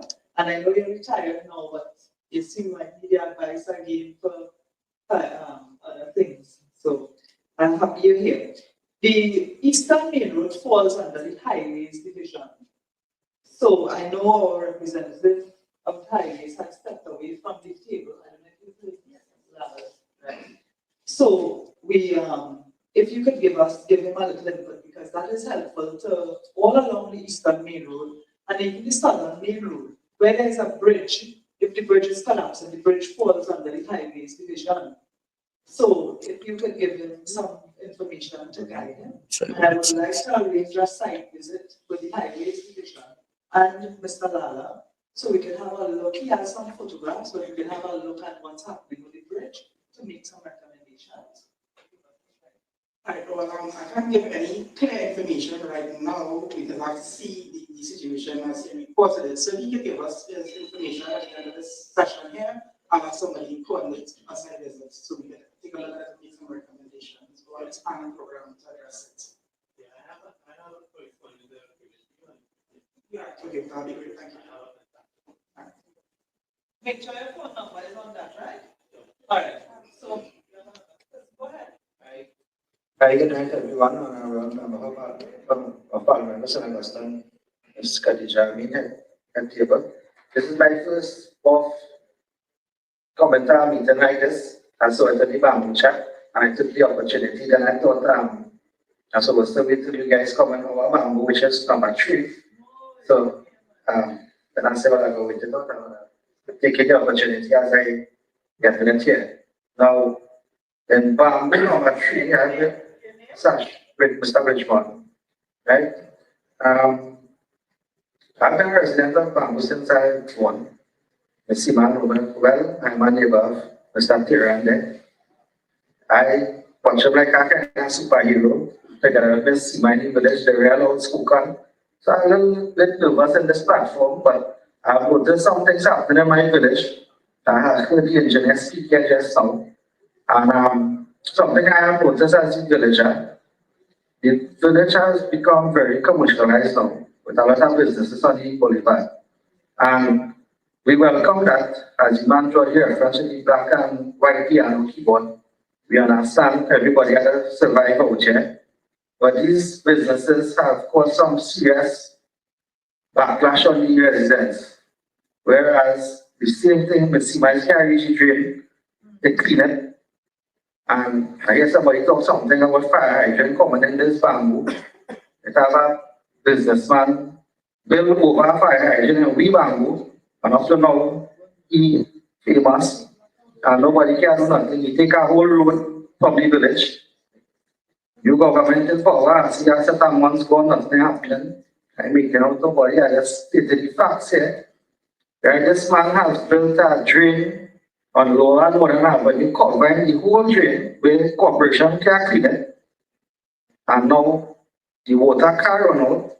And every time rain fall in our village, all our water just come down at the Lower and Northern Avenue, cannot reach out on the Boulevard main drain. Because once that main drain flood with the amount of water coming out from the new highway, and it go down in that big drain there, that water coming out from the inner Lower Northern Avenue cannot get lower than that river, that main drain. So that's right. So now we have to suffer in the back of the village until that pump was in pumping properly. In my time, that pump used to reach where that man stand up in the back there. Right now, the capacity is to push per gallon. Now the pump dropping by Mr. Tirande. So I was thinking to go and buy a little 4-inch pump to help keep. Right? And all the businessmen come and cause all that drama in the village, and I was willing to contribute a little change to come up with the villagers. But everybody under pressure to help yourself to get the water out. And it's pressure with that. So I don't know, Mr. Engineer, if you can look back at that to help me to get that water out from Lower Northern Avenue, if you had to pump it into that big drain to get it out. And what has happened now for the roads now, most of the roads and the side street and the lower end of Northern Avenue has dilapidated. I just pick up all the sand in the road and carry it in my garage and then borrow it out back and throw it in the road.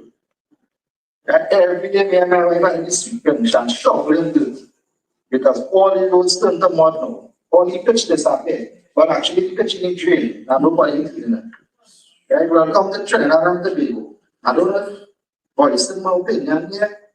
And the pain at the villagers, I see what the man I believe come from the inner Lower Northern Avenue in the back road because they fell. I take the opportunity to come out and voice myself in a peaceful way and beg the people in authority to do the job properly. Right? Because we pay taxes, everybody don't have to go in. We obey the law, we're trying to live in a modern civil society where everybody can voice their opinion and I mean, to live there my whole life and recently, Mr. Kiran, it's over 10 years now, this things that happened before we never used to get flood. We never used to get flood, and all of a sudden, all this flood. If we get one solid rain, Miss Seema, that water passing me and going up here, all inside my mother house. We abandoned the house and built a new house because that house has rain for again in that house. Hundreds of thousands of dollars, I go and break the house. Right? But if proper things was done, all our investment was spent over that seed. And every single villager on the lower end and northern avenue, if you get 24 hours non-stop rain tonight, we call it 5 in the morning. Right? The pump failure, pump the water properly, and then we water in northern avenue cannot reach out. So you shift it now, no time running, traffic management now. It's the worst outside by Gambazari. You can't get in, you can't get out. I don't know what to do in front. People can raise the suggestions, I don't know. And when they say, well, I had a dump in front and come through the back, well, there's lakes are in the back there. Carmen's crafting car on the pavement up to this evening. A man packing a 40-foot container in a main road, they came block out from behind the road, up at the top of Northern Avenue, and put it on the track. For weeks. A 40-foot container packed up there, and if you're coming out in the back there, you hope now a man and lick you who coming down from there. People and all the drama, and I sure that people Northern Avenue on top. Right? That businessman up there again. Right? And then the whole of that Northern Avenue now is like, I don't know Zambians, they're walking and trying to get out, but I know driving on that street as the. You have to duck this man, duck that man, stop, reverse, real drama. Right? Same thing with some businesses, and then people just parking their car and leaving it. Right? So I don't know if something could be done about that. And I want to say, I guess somebody else might, because everybody want to get across it, people are not working in the morning, right? So I thank everyone for giving me the 5 minutes for starting here. Thank you for organizing the 2 minutes and all the best to everyone. Thank you. Well, Mr. Bridgman, it sounds like it's the first time you talk at a meeting like this, so I want to commend you and thank you for bringing your concerns forward. Initially, this meeting was requested by the people from Bamboo too, but because the issues intertwined, the traffic management, the drainage issues, we felt it was best to invite both Bamboo 2 and Bamboo 3. So by all means, your comments are not out of place. We thank you for coming. I know with regards to that situation at the end of Northern Avenue, anytime it rains, me and Seema has been down there, that area to the end of Northern Avenue into Salu Drive and so on. So I feel you where that is concerned. I have not seen a feasible solution yet. Finish? We have to look at something, right? So we will have to have a little collaboration with drainage on that. The boundaries will look at traffic, well, fellas, we have to come up with a recommendation. No parking sign there, there's nobody enforcing. Where's that? A man will have to post around that. So thank you. Thank you. Can I now, a big issue has to do with the land in Bamboo. And I want to give the opportunity to the Commissioner of State Lands to give us an update on the land situation releases. So I hand over. Thank you and good evening again. I just want to explain a few critical points to you so that you understand how we or you choose to move forward. The choice is yours now as to how we move forward. So as I said earlier, initially we had most of us having 1 acre agricultural parcels, and all those agricultural leases have now expired. So we are moving forward, not just renewing any agriculture, except for I'm not talking about the farming part on the southern side. That all those areas close to the rivers remain agricultural. Yeah, so south of Temple Street and so agriculture. for obvious reasons. We just talked about the flooding and so on. Yes, and that is what was agreed by Cabinet in 2003. So everybody in this northern area, you now moving forward as new residential or commercial or residential commercial for industrial leases. Yes, and so I'm just going to explain to you the difference between those so that you can understand.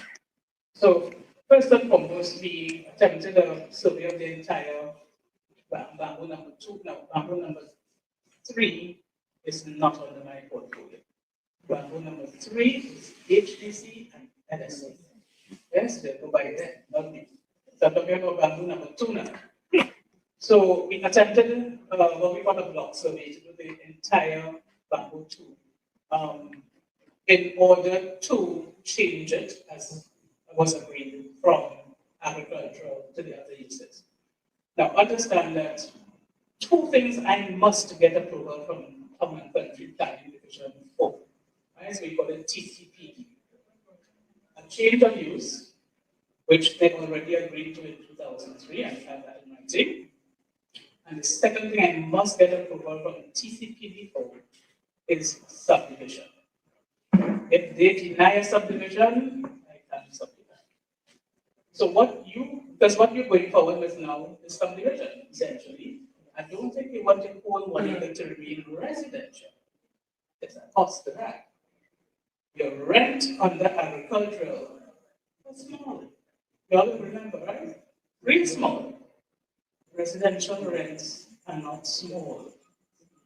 So if you choose to convert your 1 acre to residential, well, let's say you'll have to show me some bank details. It is going to be expensive. So you cut up your 1 acre into, let's say, residential parcels now. In principle, an acre to give you 8 lots, as people call it. But there's no maximum size for residential parcel. There is a minimum from TCPD, which we is 5,000 square feet. And we tend to call 5,000 square feet a lot. But there's no real measurement for a lot. So we say a parcel, right? So they put it up to 6,000 square feet, 7,500, whatever. But remember, the rent will be according to the size. Yes? Sorry.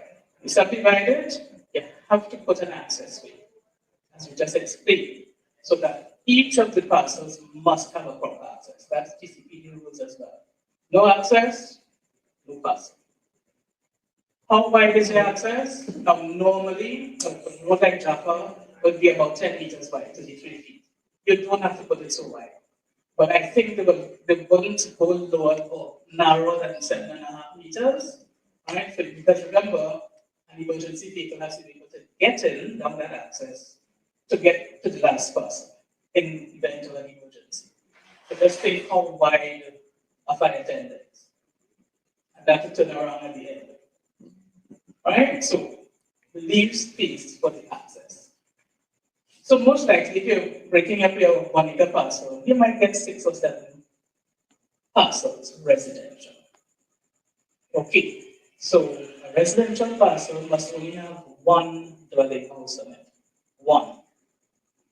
If you decide to build a house and rent out part, like you put 2 apartments downstairs, that's no longer a residential parcel by us. We now have a residential commercial, and we will charge accordingly. Commercial being the key word. So a residential parcel must have only 1 dwelling house. Yeah? If it's anything like apartments, even if it's 1 apartment for rent, we will charge you at residential commercial rate. Okay, so you understand that so far? Right. A commercial parcel could be any size as well. However, just as we explained in here, we have all the issues as to the parking and when because of the business activities. Really, you're supposed to allow for some parking on the parcel and not having customers park in the road. So Common Country, if you haven't built the commercial structure yet, Common Country is going to insist that you leave a certain number of parking spaces on the parcel. Yeah, so be mindful if you're doing that. If you already have it constructed, well, they may accept it, but remember it's according to what town and country accepts. Industrial is when you're doing heavy duty stuff. So that will be the highest rent, that will be P. Yes? Great. So what you're supposed to do now, because we're all going to new leases, what you are required to do, get an answer there to redefine, determine that, redefine your 1 acre parcel, the original 1 acre parcel, and subdivide it according to your wishes. Whether you want 2 residential, 3 commercial, whatever fits on that 1 acre. Or where's your access fee? What you will do is come to my office and say, Commissioner, I want to break up my 1 acre parcel into 3 residential, 2 commercial, whatever. Here is my proposed survey plan. I will give the land surveyor the instructions to take it to town and country for approval. So the land surveyor does that part between town and country. Right? But town and country will say, change this, change that, change this with me. When the town country approves that proposed subdivision, they'll stamp it and so on, and it will come back to me. Then we move forward with the leases. Yes? So your 1 acre parcel, my original parcel might generate 3 or 4 or 5 leases according to what you want. So that's where you are now. The ball is in your court. You tell me what you want, come to me first with the land surveyor's name so that I can give him the instructions. So that when it reaches with by town country, because town country look at it and say, this is state land. Did you get permission from the commission? All I do is just stamp the plan and sign it. Right? So that tells town country, yes, I know that this is what you intend to do. And once you've done that, and like I say, if you get a town country approval, we are moving forward to leases. The one caveat, as we had earlier, family disputes. I cannot solve them for you. Right? And the Attorney General has given me legal advice, stay away from family disputes. Family disputed and fighting and saying, no, I want 2 acres and I want this and I want that. And solve that in the courts, please, and just come and give me the court. I don't obey the court order. But I am not to get involved in family disputes, and that's what delays a lot of cases. Yeah? So please, as a family, get together, if possible, make a decision. But I cannot help you if there are family disputes. It will just drag out the process. Yes?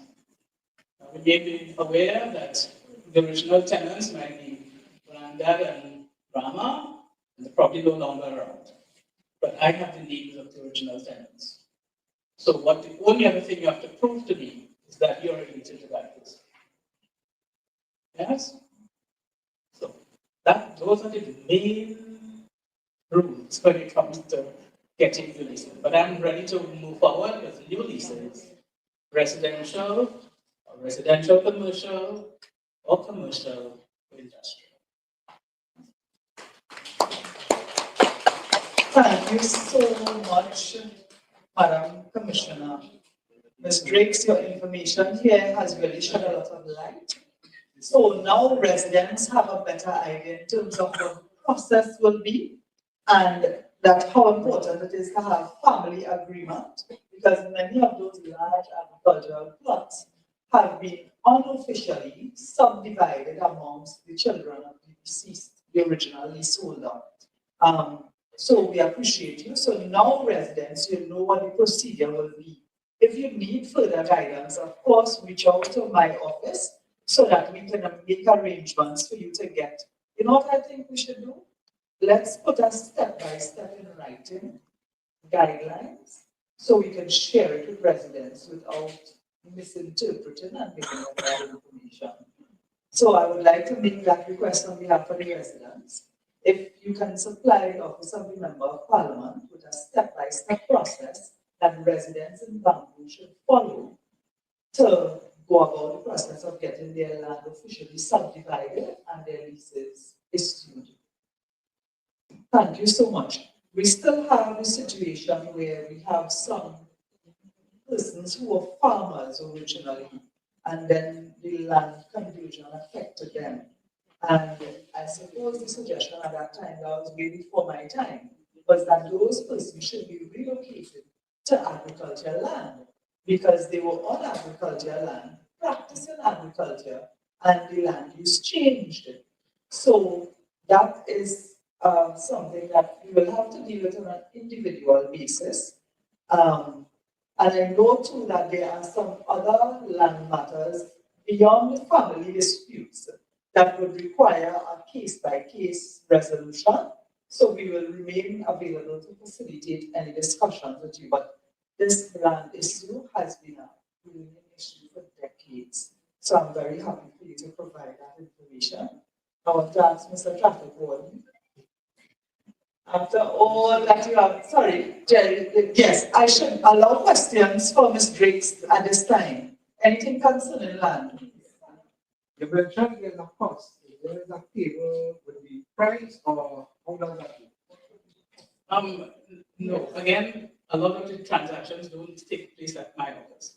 So we have a valuations division, the commissioner valuations, and they will determine the rates. But in general, I could just give you some ballpark figures of what obtains now, right?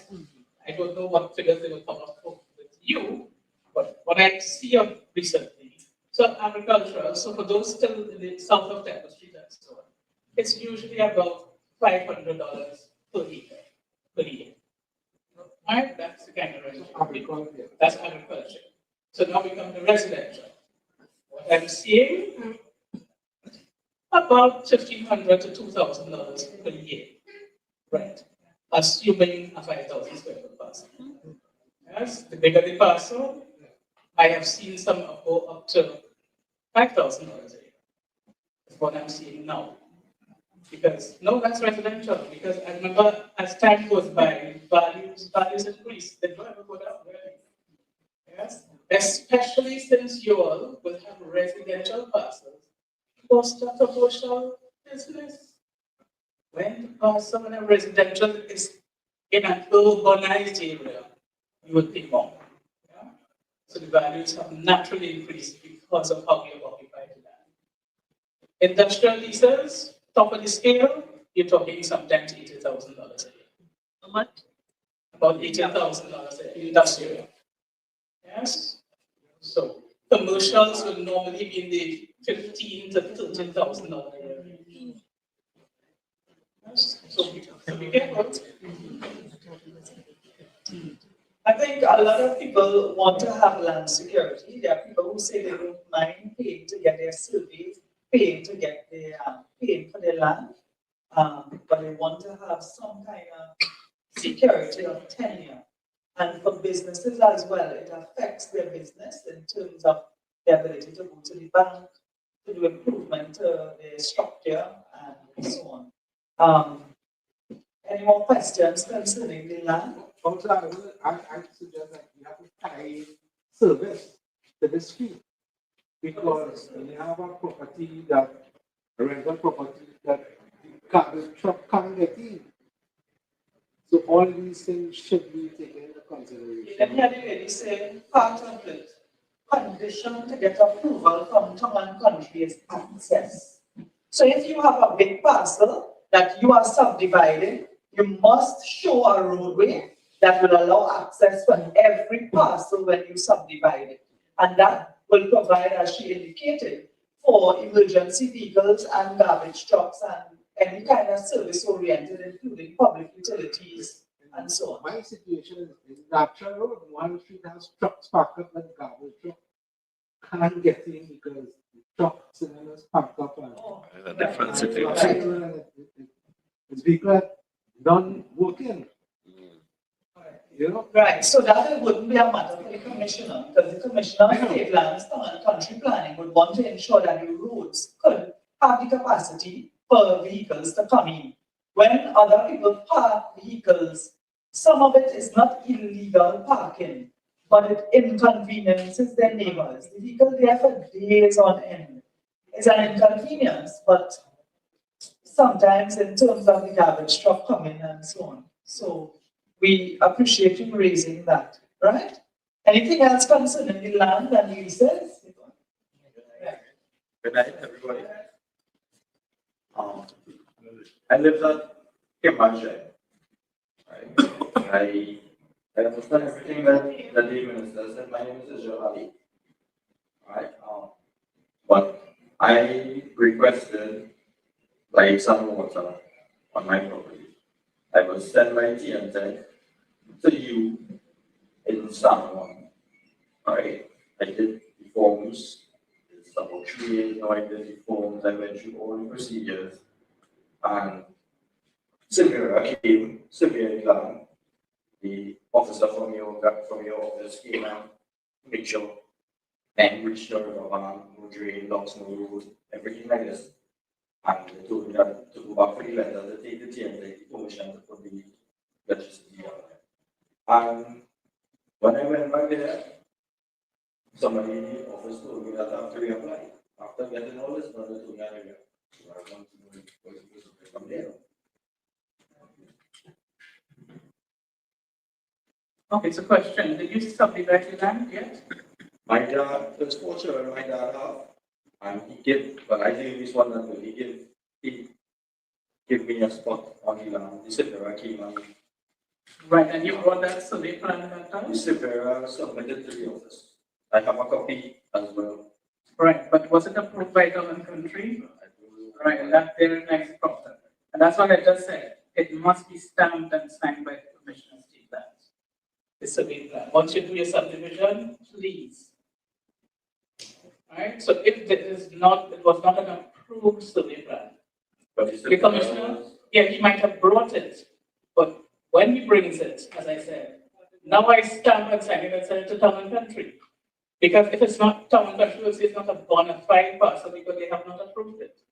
And so I can't give you electricity and water on a parcel that's not bona fide.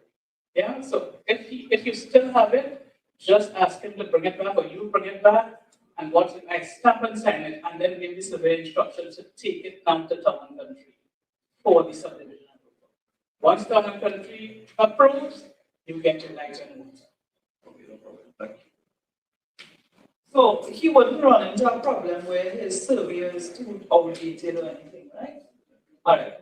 Well, Mr. Israel is a very young and ambitious gentleman resident of Bamboo. They are trying to do things right. We do have a number of persons who have been asking for this non-objection letter. He lived there, his father lived on the land, he born and grew there. And for him to get an electricity connection, he has been years up and down. So we will work with him, but it applies to other people as well. Just one more thing. This Silvera was sent by your office, is that friends? No, and again, as you said, in 2013 or so, around that time, we did attempt, the state attempted to survey on your behalf. That did not work out well. I don't think the state was able to finish the survey. Right? But that's what I'm saying. If you have, are you still in contact with the surveyor? Yeah. Right. So if you have it, just bring it to me again. We will stamp it and sign it because we would have known of that surveyor. He was given instruction. But this time is to take it to Town and Country. And you send it to Town? No, it's surveyor. So I stamp and sign the survey plan, and I give you a letter. Well, the surveyor, the director of Town and Country, please accept this subdivision from surveyor XYZ for approval for subdivision. But knowing Israel, I know you're going on there Monday morning. All right. So are there any more questions concerning land situation? So I want to ask the traffic wardens representative to give us a few comments. I know all the concerns we have here, you cannot provide us with a decision and a solution right now. So if we could just give some general comments, because some of these things, the higher authorities, the chief traffic warden and the minister of transport will have to adjudicate on. So for now, we just appreciate your comments on all the concerns you heard tonight. Good night, ladies and gentlemen, and good night to the Honorable Minister and the head table. To the concerns that were raised here tonight, I have taken note and carried back to the relevant person in charge, have them look at it, have a discussion, and let them make the necessary relevant information that they can pass on to us. And at some point in time, we can come and visit and give a feedback or give some sort of response to what was given here. However, I would like people to know that if you need to get in touch with the Chief Traffic Warden, there is an email for him, which I think I can give you the email, so you can email him, and your response as well can still be addressed. So if you're interested, it's nsanka@nowt.gov.tt. You can reach our office number at 612-0261. It's in the code. That's our head office. Regarding the, I know in this area we are aware, because we've been here from time to time, of the parking situation and restrictions on the traffic. And it is not an overnight thing to get solved. And the heads, they do meet, they do have concerns. And from there, what I'll say, when they do the necessary collaboration with the traffic management branch and Mr. Pigot, we will get a feedback and we will use whatever situation they have put in place to see how it can alleviate the problem. So tonight, what I can say here, I'll carry back your concerns and let the person in charge have a discussion with Mr. Pigot and the minister, and from there, let's see what the outcome of the response will be. Thank you. Well, for now, we would also like you to carry back, while we appreciate the patrols by the litter wardens during the day on the Bamboo #2 main road. We need to have the patrols more regularly. They do come from time to time, but we need to have them more regularly, not to prevent people from going and buy parts, but just so that it will be orderly and we will not block the roadway. Because we don't have, no parking signs, and a lot of those businesses started up before they were told to have proper parking space. The newer buildings have parking, but we don't want to clamp down on people making a living. So if you have the traffic wardens come, just to make sure the traffic flows smoothly, and also make a request for some nighttime traffic wardens. With regard to that, ma'am, what I would say, as the Honorable Minister to your colleague, it will have carry more weight than me, right? But there are some things that will need to be done, and I think that can be trashed out by you. But regards to the patrols, that I can carry back to my boss, and he can see what can be done with us in the quickest space of time, right? So I will shoot that to him tomorrow. Please go up and go into his office and have a chat with him. Now, our ministers, Minister Eli Sato, who is the Minister of Transport, he is a man that's reaching the office 5 a.m. He is a very diligent person. He listens to his heads. So Mr. Pigot falls under him, you guys fall under him. Your recommendations, because you are in the field and you have that experience, is very valuable. So while I will talk to the minister about the nighttime patrols, I think it's important for you to raise this with your chief traffic warden, and you guys can put your thoughts on that to minister. So by the time I as a minister make that request, you guys will have your recommendations on it, the positive, the negatives, and so on. So we have to attack it from two sides. Because if I make the request, they will still have to come to all your recommendations. So we always ask the technical people to make their recommendations to facilitate us, right? So we want to close off at this time, but I still want to ask if you have any more questions. Right.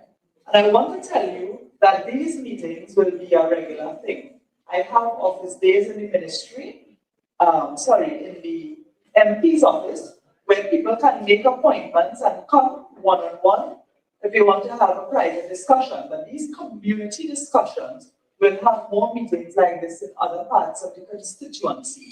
I have been working with several ministers because when you bring complaints to me and I take it to ministers, so we have updates. One example is the Ministry of Land and Legal Affairs, where I went to Saddam because the whole of St. Augustine South, from Bamboo 3, Bamboo 2, Spring Village, Bamboo 1 is St. Joseph constituency, Spring Village, train line, heading to Macoya Extension, all the way in the back of Blue Waters, you have farmers there, all the way to Maloney, over the highway is St. Augustine constituency.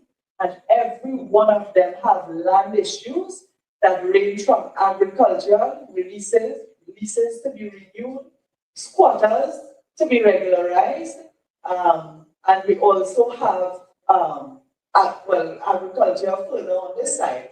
But we have some land is NHA, now HDC, and some land is state land. So there are different categories of squatters. And I did meet, when I met with Mr. Saddam Hussein, he responded immediately. I met with LSA, and they now have a map of St. Augustine, and they have mapped the areas that LSA will cover, and how we have to now make a plan how we go about it. So I will be having separate meetings in St. Augustine constituency with the various groups, because the information from the commissioner to the people in Bamboo will be a little different to the information from, let's say, the people from Lucasling Extension or the train line. So I will meet with each of them so that you will get this advice from the technical persons. And again, well, throughout St. Augustine, flooding is an issue. The highway runs straight through the constituency. We are bordered by the Eastern Main Road and the Southern Main Road. So Highways Division will be welcoming you to those meetings. And the traffic people might get away in some of those areas because some is agricultural areas and we don't have traffic challenges per se. But we have some bridges that fallen down for years that we are now getting the Ministry of Agriculture and Ministry of Local Government to give us confirmation that they will do these projects.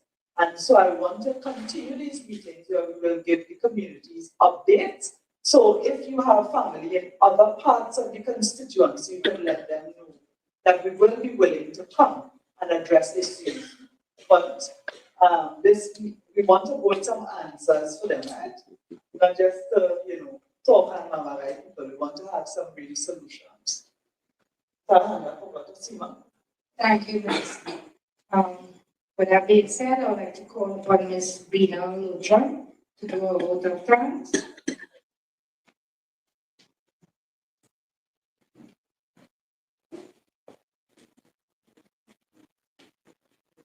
Good night, everyone. Honorable Deputy, Ms. Augustine, Ms. Khadijah, Ameen, at table, board protocol officers. As we come to the end of this Bamboo community meeting, I would like to take a moment to extend our sincere thanks to all those who contributed to making this evening both productive and worthwhile. We thank the Ministry of Goods and Transport, Greenwich Division, Mr. Patterson, and Mr. Ramsaran, site engineer, for taking the time to listen carefully to the drainage issues raised and for providing insight into the steps ahead. We also acknowledge the Highways Division, Ms. Patrice Caprietta, Director, and Mr. Mark Cooper, Chief Technical Officer, for addressing road infrastructure concerns and helping residents better understand the processes involved. Our gratitude goes as well to the Office of Commissioner of State Lands, Ms. Paula Rees, Commissioner of State Lands, Mr. Darian Wallace, Technical Advisor to the Minister of Land and Legal Affairs, and Mr. Rajesh Wal, for engaging on important matters that directly impact many families within this community. We also like to thank the Ministry of Rural Development and Local Government, particularly the Disaster Unit, for your continued role in supporting community safety and preparedness. From the Ministry of Transport Traffic Management Branch, we extend special thanks to the Honorable Eli Zapu, Minister of Transport and Civil Aviation, along with Mr. Adani Pickle, Chief Traffic Engineer, and Mr. Natal Saka, Chief Traffic Warden. We appreciate your willingness to hear the traffic concerns raised and to respond in a meaningful and informative way. To all the officials present, thank you not just for attending, but for listening, engaging, and taking the time to respond to the concerns of your residents.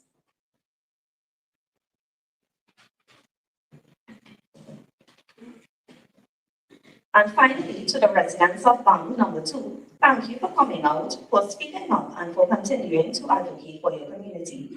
Your voices are important, and meetings like this are a reflection of a collective effort. Thank you all once again, and I wish everyone a safe journey. So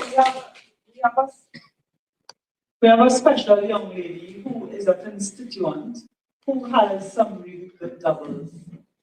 So we couldn't find Rocky. Rocky set up this morning. So we have Tina. So we have doubles for everyone and refreshment. So I'll be here. I know a lot of holidays wait till the meeting is done. And then come with your complaints or concerns because you don't want to raise it in the meeting. So I'll be here for a little while, but in the meanwhile, you can mingle and have doubles. All our representatives stay and have doubles. If you can't stay and have that, you can take it away. But you know, we extend it to you as well.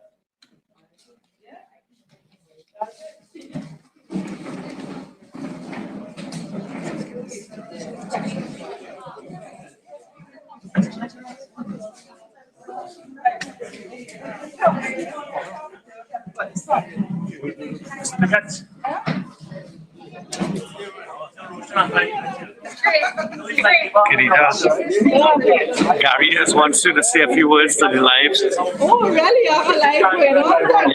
How you doing, sis? I finally got some help to cover you. Good. Yeah, I'm turn the camera so I can see him. Oh, that's not like. Okay. This is going to make a few comments. So much for your support, Gary. We had a productive meeting, and we'll be doing more like these. Sis, you know, Okay, Gary, I'll try to get Seema on. Yeah, I didn't finish talking to her. Let me go back to her now. She's posing for a few pictures out there. Okay, get Seema. But Yeah, see if you could catch her before you leave. See if you can catch her again. How you doing, sis? I finally got some help. It's Gary Mabia. Gary Mabia. Okay. Hey, Gary. Yeah, so, main message. I'm waiting to present the minister with a new design. Right. We are creating a model of. So, yeah, so we're here, we're sticking around. And it was very interesting. A lot of issues with flooding and drainage. But we are going to be addressing that. You know, Ken, you know how we feel about increasing the capacity of the pumps and stuff like that, you know, but we will talk to her and also mention to her about that same thing you told me today about with Master. Mention to her about the thing. All right. So I'll catch you later. Enjoy. Enjoy. We'll talk soon. Definitely. Thanks. Thank you. All right then.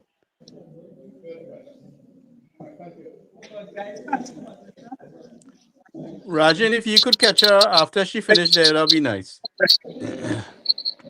right, I think I have a lot of people waiting to speak with that. How's it think? Mel.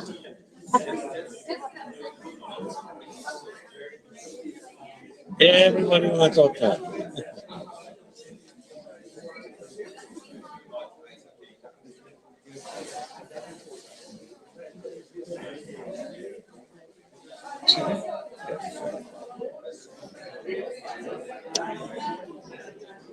Gary, that looks like it will be difficult to get her alone. I think we could. I